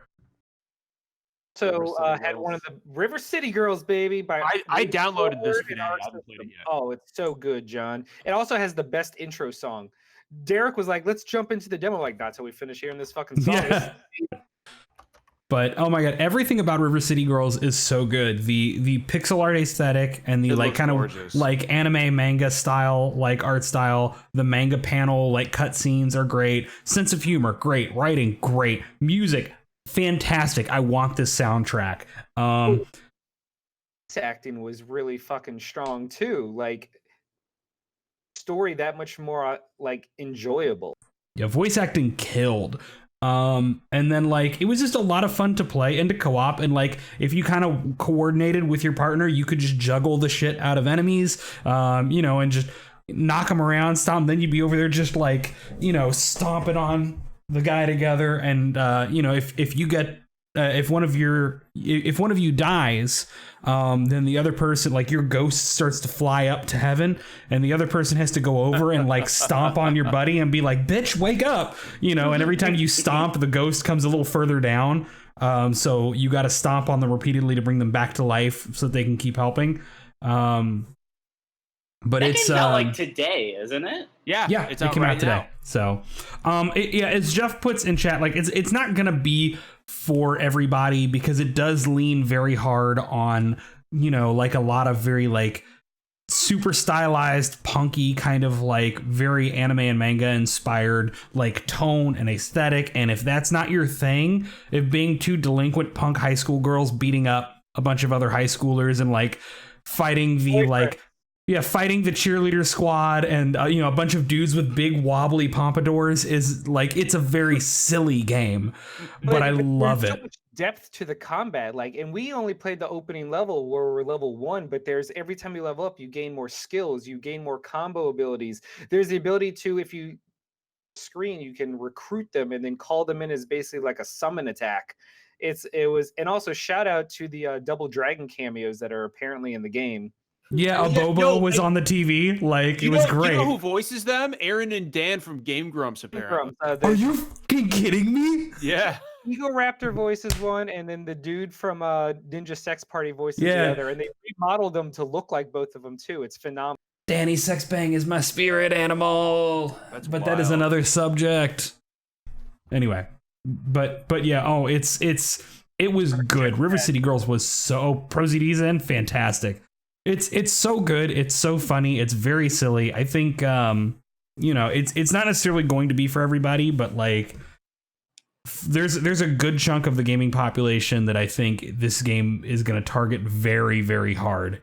And before I pass it on to Derek fully, I just want to say, like, I really like the story of how this game came to be, because normally Japanese developers are very protective of their IP to share. But when WayForward approached them with this concept, Arc System Works was 100% like, we give you full creative control. We cannot wait to see what you do with this. And I just really like that story. It makes me happy because the result is amazing. Because I thought it was an homage to River City Ransom, but it turns out it is literally a direct sequel to River City Ransom. And like the two boyfriends you've got to go save are the two playable characters from River City Ransom. Yeah. And I love it. Like, it's fun. It's great. Eric, check chat. I posted it for you, buddy. Yeah. All right. So hey, before we go on, I'm actually gonna drop. I've been feeling really unwell, and the meds are wearing off, and I'm flagging real fast. But go ahead, Reb. Keep going, kick ass that Final Fantasy discussion. Have a good night, everybody. Yeah. Take care. Reb, good night. Bye, Feel Reb. better. I love you. I hear All right, John so talk about Final Fantasy again. So we're going to I mean, you know, she didn't play it, so you know, I mean, she you know, I don't blame her for not wanting to sit around. Yeah. But all right, bye, Imran. Imran's leaving too. So we'll move on to Derek. We'll move on to Derek, and then we'll kick off the Final Fantasy VII talk. Yeah, I've only really got the one other game that I played that is not Final Fantasy VII, is not something I played like with Finn, and that is Luigi's Mansion 3. Oh, I can't wait. I got to get hands on with Luigi's Mansion 3, and so here's the thing. I loved the original Luigi's Mansion. It is One of my favorite GameCube games, which is crazy because it's the original, like the one you get with the system, right? But I love Luigi's Mansion. Luigi's Mansion Dark Moon was good. Like, I liked it. I think there's some changes to the formula that I didn't like as much, and like I'll always prefer playing on like a console on a TV versus on a little handheld like the 3DS. But I liked it enough. Luigi's Mansion 3, I was looking forward to. I was not expecting to look forward to it this much. But now that I've gotten hands-on with it, like, this is the Luigi's Mansion game. There's a ton of different mechanics to work with between, you know, the strobe and Gooigi and like the plunger that you shoot. And I'm sure there will be a bunch of other power-ups and abilities that you get later on.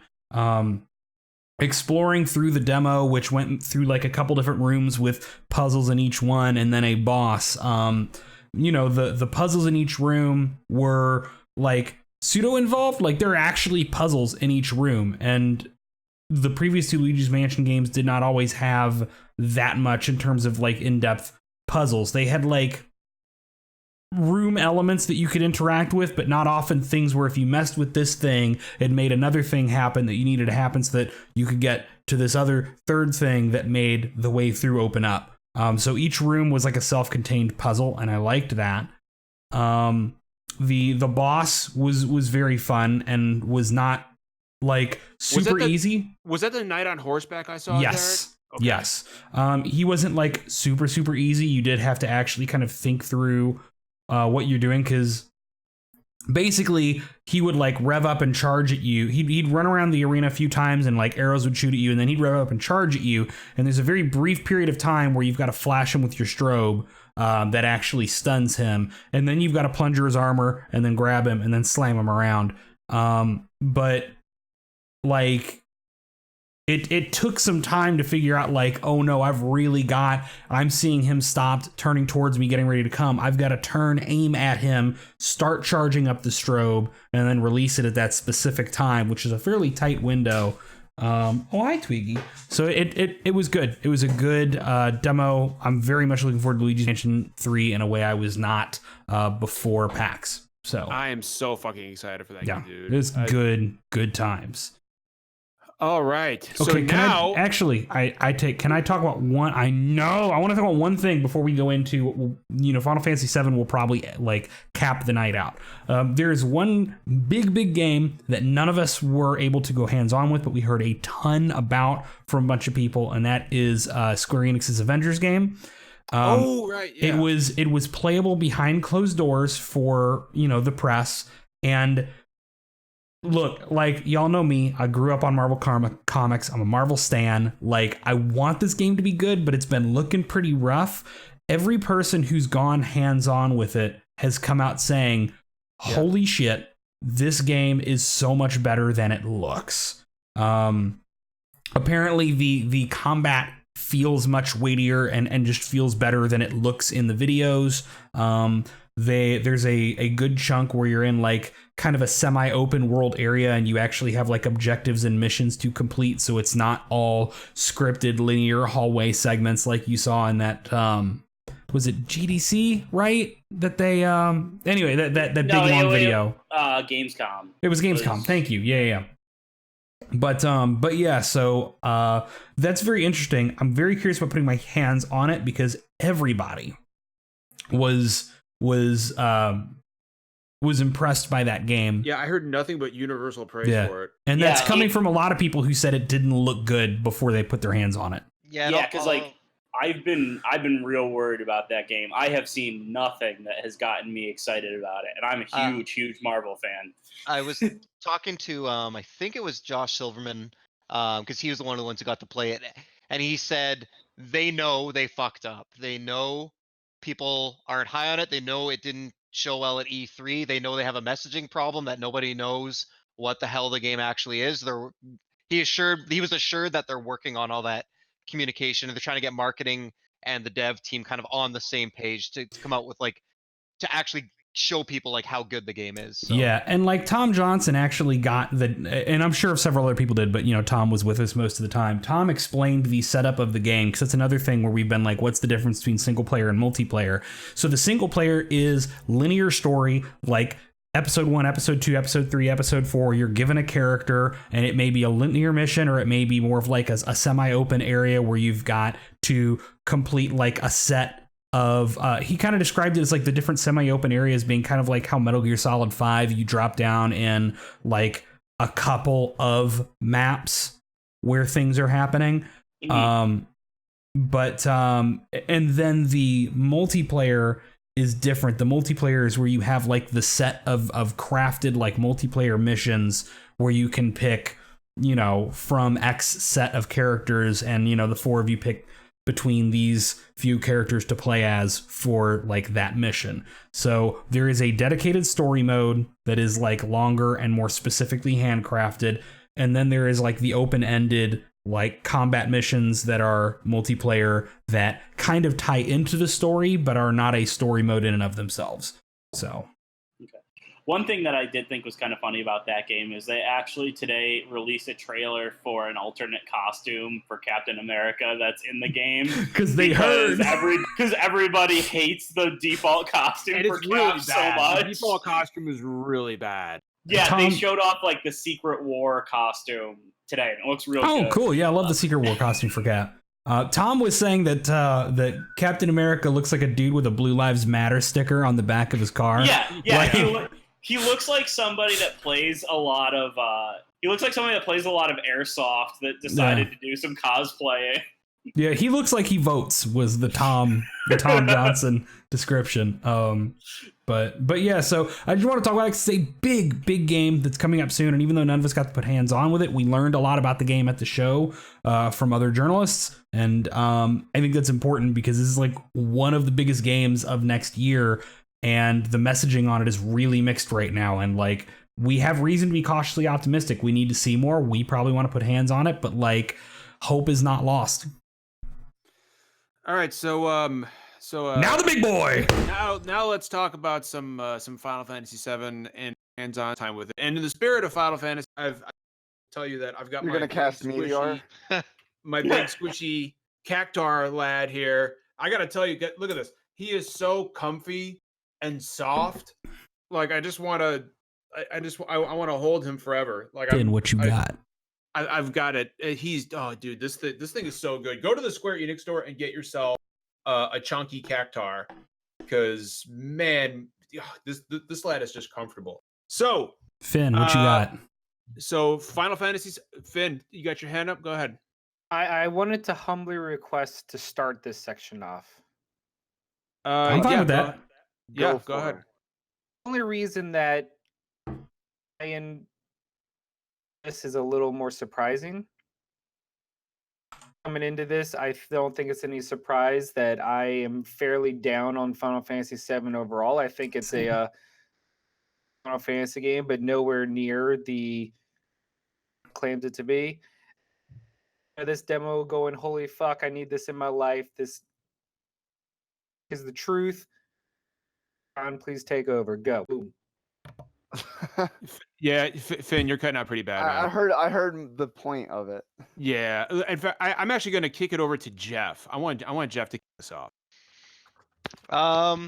Okay, so I'll talk about the game, but we really need to get the story about they had security guards working. So the Final Fantasy VII demo, I'll set it up for you.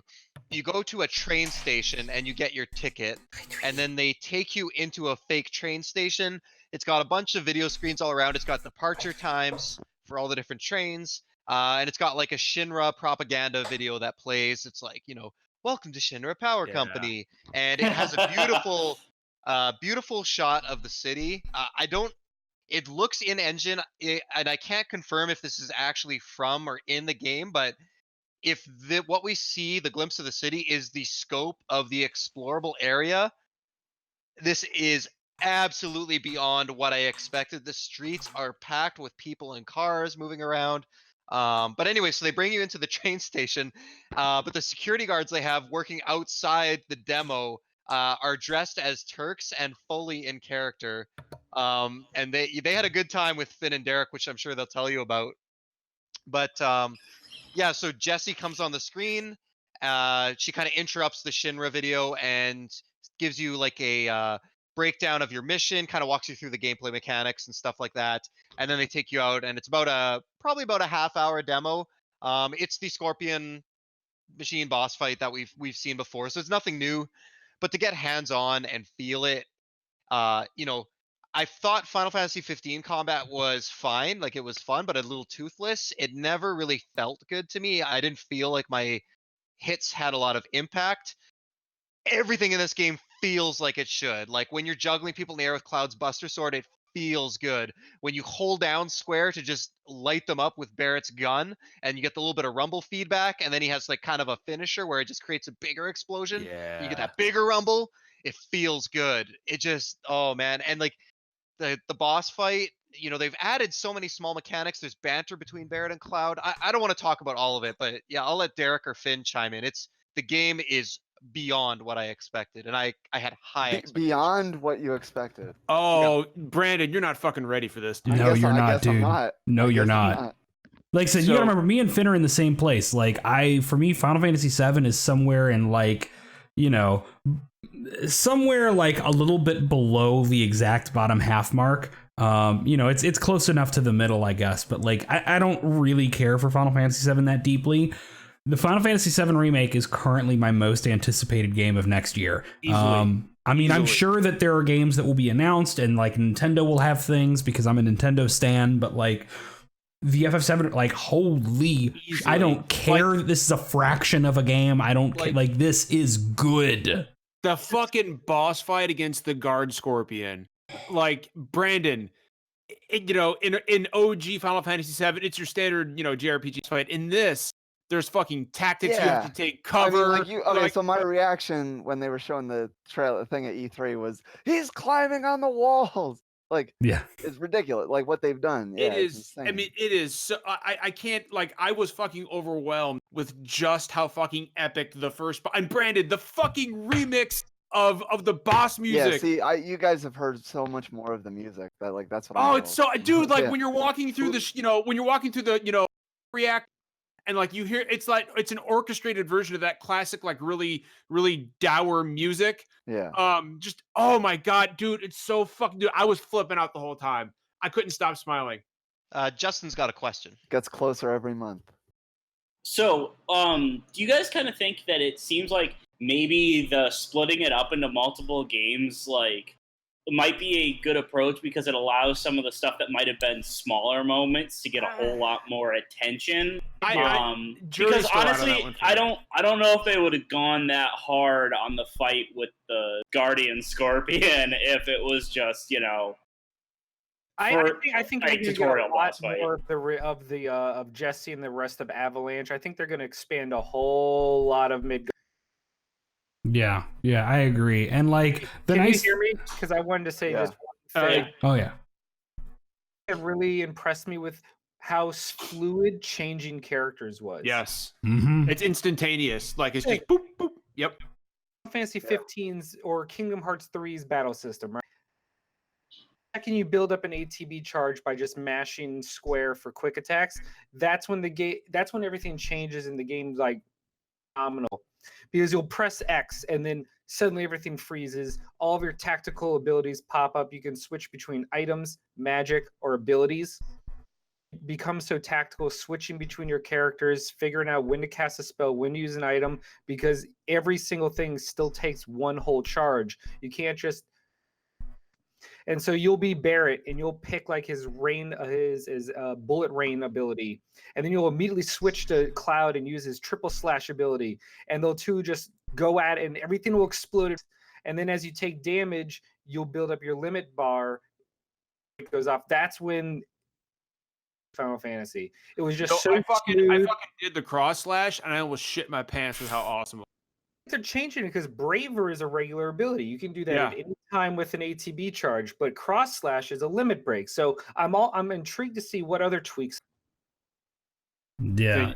Finn is cutting out real bad for me. I don't know about for you, Derek, but It on and off. Yeah, because we'll figure that out. Since they moved Braver over to a regular ability. Yeah. So it's like, what else other abilities have they done with the normal ability limit break dynamic?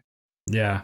Well, it's really interesting, Brandon, the way, because like, going into it, I was like, okay, so it'll be like some Final Fantasy 15 style meta, and I'm okay with that. But like, you actually have to. There is a huge emphasis on resource management when it comes to combat in Final Fantasy 7, because you can't use so like, all you can do when you enter battle is just your regular attack, right? Just hit square, regular attack. You have to build up. You have to do that to build up your ATB bar. And in the demo anyway, you can fill up your ATB bar twice. And like, using an item costs 1/2 of your ATB bar. Using a spell costs 1/2 of your ATB bar.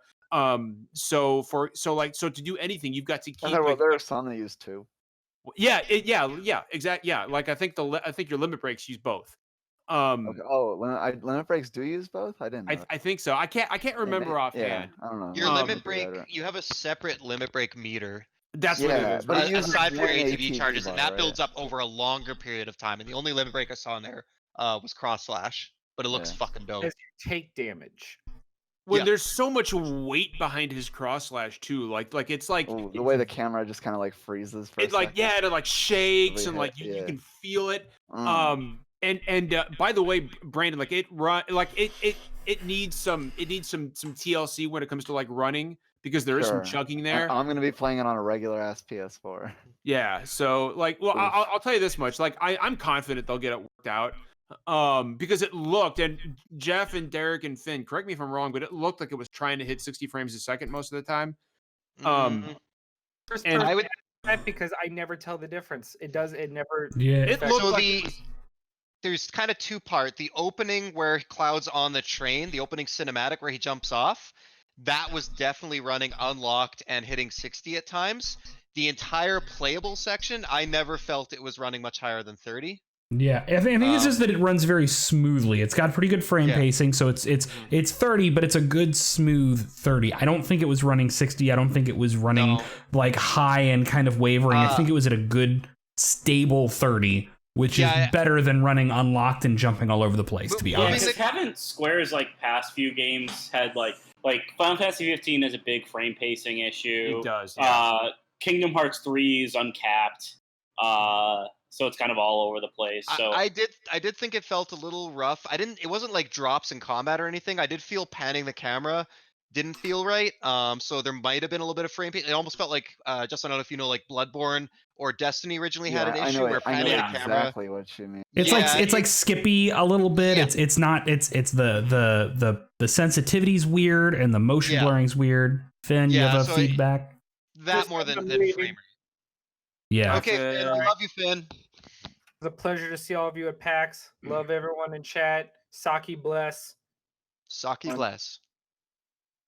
So I somebody had mentioned the camera, and that's something I think we do need to touch. I think there's improvements that could be made to the camera, especially when you're like complaint I've heard. Yeah, well, like Jeff and Derek, I don't know if this was your experience, but whenever it got close, like whenever I was in a corner and it got close, the camera just went fucking apeshit on me. And I also feel that, and maybe this is just me, but I feel that the camera is too close to Cloud's back, and I'd appreciate the ability to zoom that out a little bit. I think it's in too tight. I think it's too close to Cloud, like Resident Evil 4 style. It's like well, not quite that close, but I mean, there was definitely more. There was more real estate given to Cloud in the actual camera view that I was okay with. The only time it bothered me was the boss fight. I didn't find any situations where I was like up against the wall and the camera was freaking out. I did find during the boss fight, is where I felt it was in too tight, because like when he jumps up on the wall, I couldn't immediately tell where he was. Like I kind of had to pan around, and I felt like parts were out of frame that shouldn't have been out of frame. And just from an accessibility standpoint, like hopefully there's a slider, but I'm thinking back to the number of games that have like a field of view slider like that, or like I wouldn't count on it. I mean, it's by no means a deal breaker. Yeah. And I did want to touch on, Justin, you asked about splitting the game up like this. Like, is that to the benefit? I talked to the other guys about this when we were at PAX.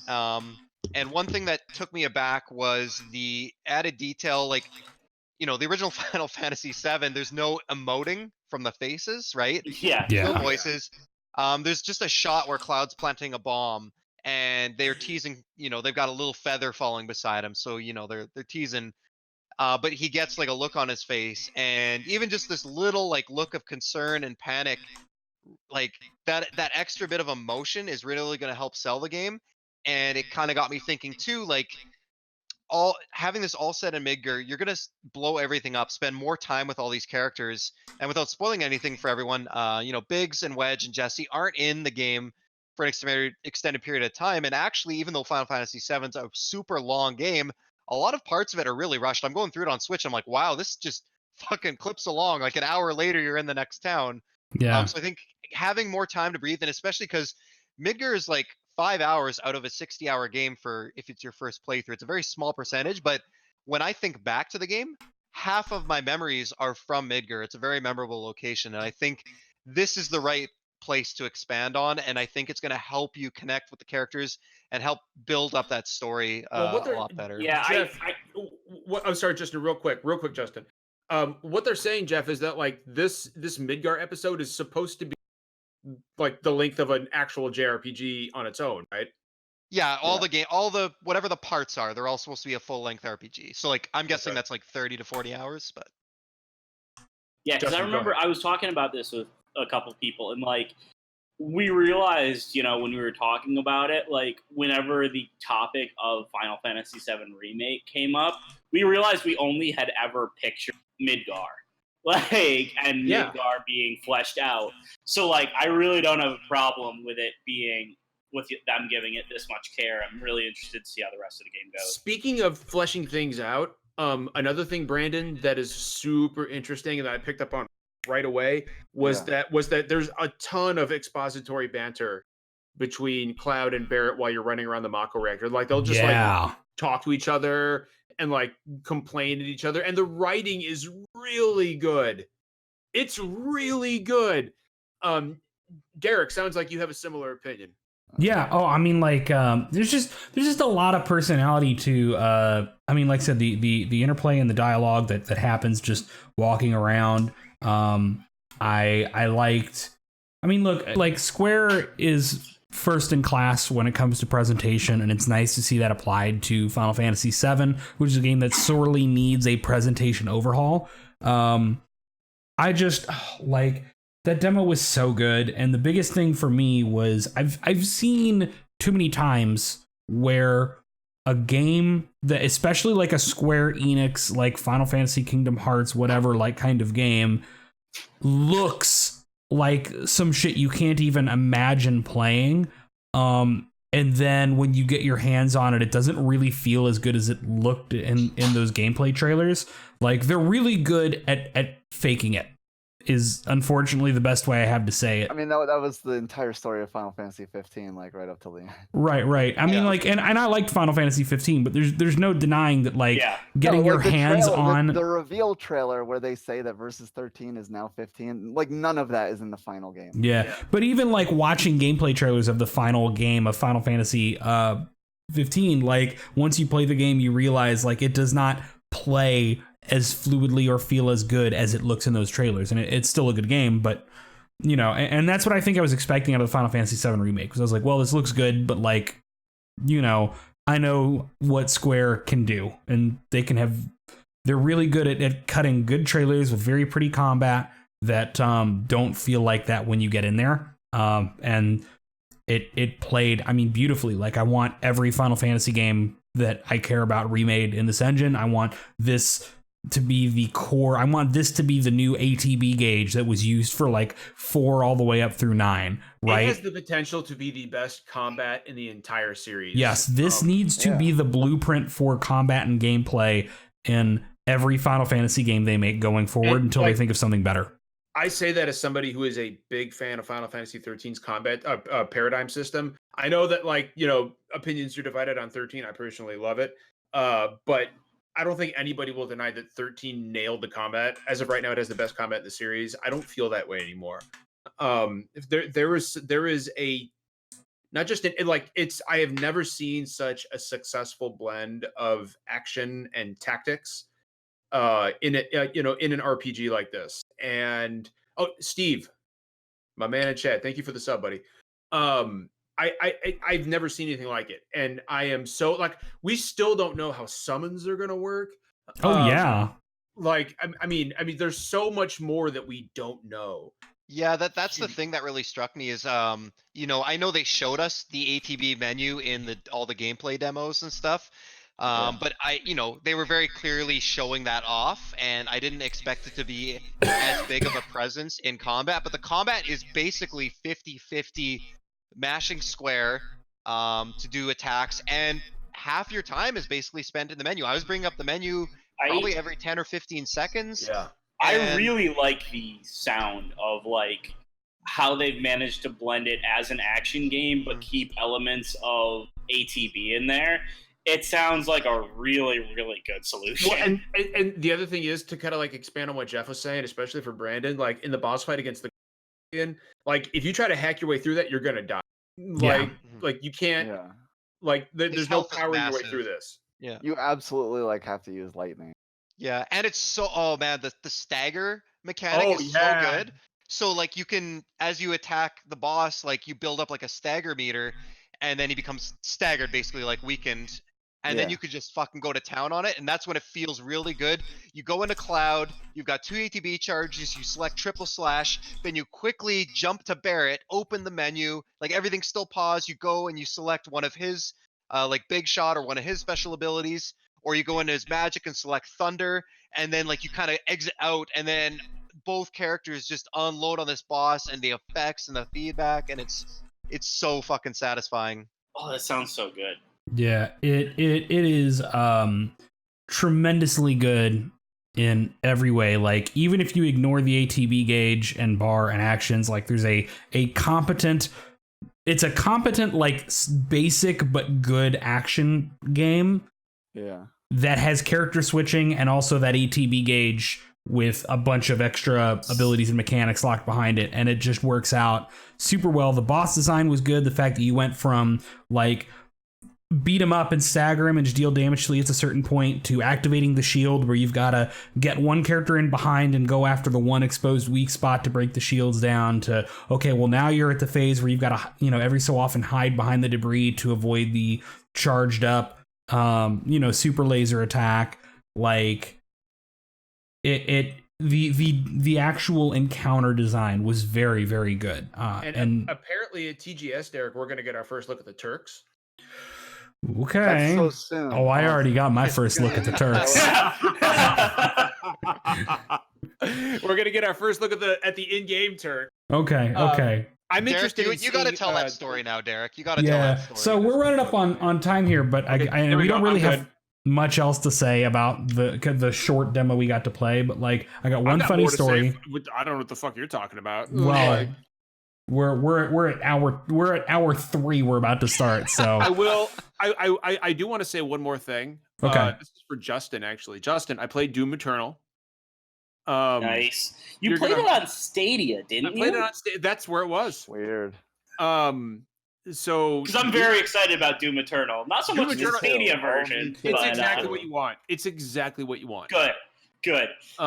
It is fucking. It is Doom 2016, but turned up like 100 degrees.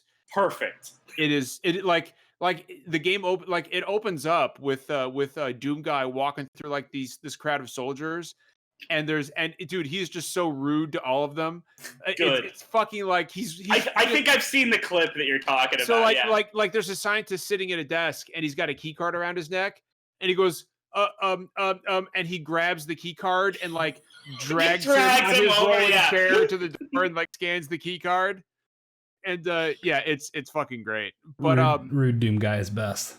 To close out on Final Fantasy VII Remake, what I'll say is I went in there not knowing what to expect, and I came away more impressed than I could have possibly imagined. Like this was exactly, Brandon, exactly what I wanted. And the whole time I was playing this, like 50% of me was just in the moment and loving it, and the other 50% was like, I can't fucking wait for Brandon to get his hands on this. There will be a demo before the end of this year. Oh, absolutely. There's going to be a demo. And it'll probably be exactly what you guys just played. It probably will. And Brandon, you are going to fucking play it over and over. Yeah, I will. It's so fucking good. Then that's really all there is to say. It's just fucking good. It's really I mean, if fucking Jeff good. says it was better than he could believe, I don't even. Oh, and by the way, Jeff was the first person to play it at PAX. Yeah, that's super cool. He was in that first wave, yeah. He was the first one. I think he was the first person in the first wave to play it. Yeah, he said like the first person altogether. Yeah. They were super protective of the demo stations. They wouldn't let you take pictures of anything. Yeah. Which is Like, crazy I that was taking leaked footage got out. Yeah, I was taking a video of the show floor, like just walking around the whole floor with my phone above my head, and I just I walked past the FF7 booth, not even like pointed at it, and some guy just almost tackled me. It was like, "Hey!" Which is kind of crazy considering they had a booth that was like designed to be a train station with people in character. Yeah, they said you walking could take around. pictures of like all that stuff around it, just not the monitors. But I also don't get it because it's just the demo, like the same section they've already showed. But I don't know. But yeah, it was weird. But I don't know why they were so secretive, Jeff, because it plays fucking awesome. So I mean, probably they don't want people complaining about, oh, the frame rate looked bad, or oh, there's this asset. That's off-screen footage never looks good, so you know. Or I mean, I it kind of looks get it. too good. Like, Yeah. if you do it right, it doesn't. Yeah. Derek, we got story time. Or are you just gonna close us out? Yeah, here? let me give this one quick. I'll tell it quick. So the way it worked is, it's set up like the train station. That you get your ticket, and then you get in line in the queue, and you're waiting to actually get into the train station. And the kind of like line keepers were these two ladies dressed as Turks. So they got the tuxedos and the fingerless leather gloves and all that. And they even had the zipped up like jackets. Like, yeah. But me and Finn were together, and Finn, one of the two was just permanent scowl, acting pissed off, like they're both really into this role. And then the other one always had this kind of like real cocky, real arrogant, like, I'm queen bitch of the universe, and if you give me trouble, I'll put you in a fucking cell, and what are you gonna do about it? And Finn kind of poked the bear a little bit, and he was having fun. He was trying to get him to break character, and they were clearly, they were not breaking character, and they were clearly having fun, like pushing back at him. And you got to think, we're like up against this wall, so like these two ladies are like basically have us pinned back against the wall as they're like in our faces, like really doing the whole like the Turk routine and being very like. And I've learned things about myself and things that I'm into. They were putting out some good Dom energy there. And I was just like, I'm like sweating, and I'm staying dead silent. Finn keeps poking them, but they knew. They fucking knew. Because every now and again, one of them would turn to me and just be like, and come in a little closer and push into my like personal space a bit more. And I'd like lean back into the wall, and they'd like say something in a low voice, and like I'd just be like, but like I don't know, man. It just turns out I have yet another thing on a long list of things. Yeah, but, it was fucking hilarious. Yeah, yeah. And they were clearly having, they were clearly they were in a blast. Oh yeah, But yeah, it was funny. And I mean, like, I'm sure if I'd been like more like visibly like uncomfortable instead of like flustered, it would have been a very different thing, but like they could tell that this wasn't like we're bothering him. It was like we're bothering him. We're bothering This is the most fun we may have all day.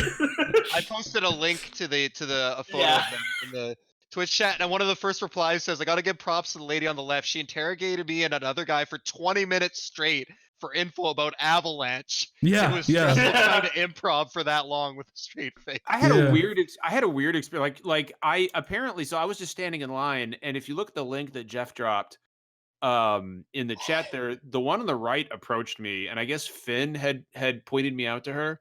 I found this out later, but she comes up to me and like she starts hitting on me in like the most forceful, like terrifying way, and I was so confused about what was happening. like she walked up to me and she says, you know, what would she say? She says, I hear you're a security risk. And she's like fucking 4 inches away from my face. And I was like, I was like, I guess that depends on what you consider a risk. And I just like it got to the point where like she kept getting closer and she was like, are you a security risk? And I was like, I don't know. What do you think? And she says, I'm not sure yet. And I was like, what the hell is going on? And then she says, your ticket, give it to me. And I was like, okay. So she gives me her, and this is where shit got weird. She gave me her ticket, or like I gave her, like I held it out, right? And she like takes her finger and like licks it from bottom to top. And I was like, oh, don't do that at PAX. Like that's God. You're gonna die. Like, I hope you washed your hands, Jesus. And she like took my ticket and like tossed it. And she like fucking tossed it, and she goes, go get it. And I was like, I'm telling you, big like, dominatrix energy out of these two. She pulled like the combine with the can thing. Yeah, I was like, I wanted to be like, you get it, but like I went, yeah, I got it because I was like, yes, you did because mommy told you to. I was like a little bit afraid at this point, but like, dude, like honestly, like I'm as scared like, as I am turned on right now. I wanted to be like, I really hope you washed your hand before you did that because it's like I don't like cops, but I think I like cops now. Like.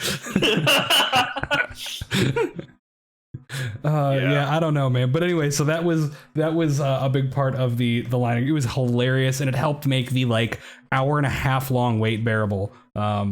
So yeah, it was just so fucking funny. And like they were. Oh, now John's doing the like, fin. Ripping people's badges off their necks and like throwing them, and I was like, what the hell? What are you doing? Like it was fucking hilarious. They were having the time of their life, just letting out big dominatrix energy on that whole line. I mean, can you imagine that? Like your job description is like just go into a line and be fucking people all day. Yeah. Well, John's wife just joined the stream, so I think it up. The perfect time for us to close out. Yeah, she's probably been sitting upstairs, like waiting for me to come upstairs. She's been gone all day. Well, that's what we got. This has been a very long episode. PAX was huge. It was awesome. I'm tired. I did too much editing as soon as I got home. I just want to get to sleep and then play Iceborne tomorrow. So that's where we're ending at the right time because, dude, my fucking voice is gone. I've been able to tough it out, but man, the fucking PAX plague is really. Yeah. I'm like sweating my fucking ass off, and I just all day at work. Like real talk. Headache. Real talk. No morning show tomorrow. Like Reb and I are like dead. Oh, John, dude, your voice is fucked. I'm sick. I'm not doing it dude. Right like no morning show tomorrow. It's just gonna be. Just be good to yourselves, folks. It's kicking his hard style out here, man. Yeah. So yeah, if you guys want to head to our YouTube channel, Derek and Finn did a bunch of interviews. We're posting a couple every day. They're actually all up technically already. Oh, okay. I just powered through all of them because I was like, look, Monster Hunter World Iceborne comes out on Friday, and I'm not letting editing cut into that. So yeah, so check those out. They're really, really great interviews. They're a lot of fun. They're not stale. They did them right on the show floor. They grinded those out. They did awesome work on those. So go check some of those out. And yeah, so if you want to just wrap up one. I just read Vicky in the chat. John's telling stories I have not heard about dominatrix encounters. I promised they were paid actresses at PAX that we did not pay. Like, this is Derek, John, you're in trouble. Did you not pay that? Derek absolutely paid them. Derek absolutely paid Look, them. I'm in a committed relationship, all right, but I learned things. All right, can we wrap this motherfucker? Yeah. Can we wrap this up, dude? I feel like shit. Y'all, take us home, Derek. Take us home. Guys, thank you for showing up for this stupidly long episode. We'll catch you all next week. It's not always poetry, and we don't always agree, but we do always keep it real. So until next time, be good to each other. Bye, guys.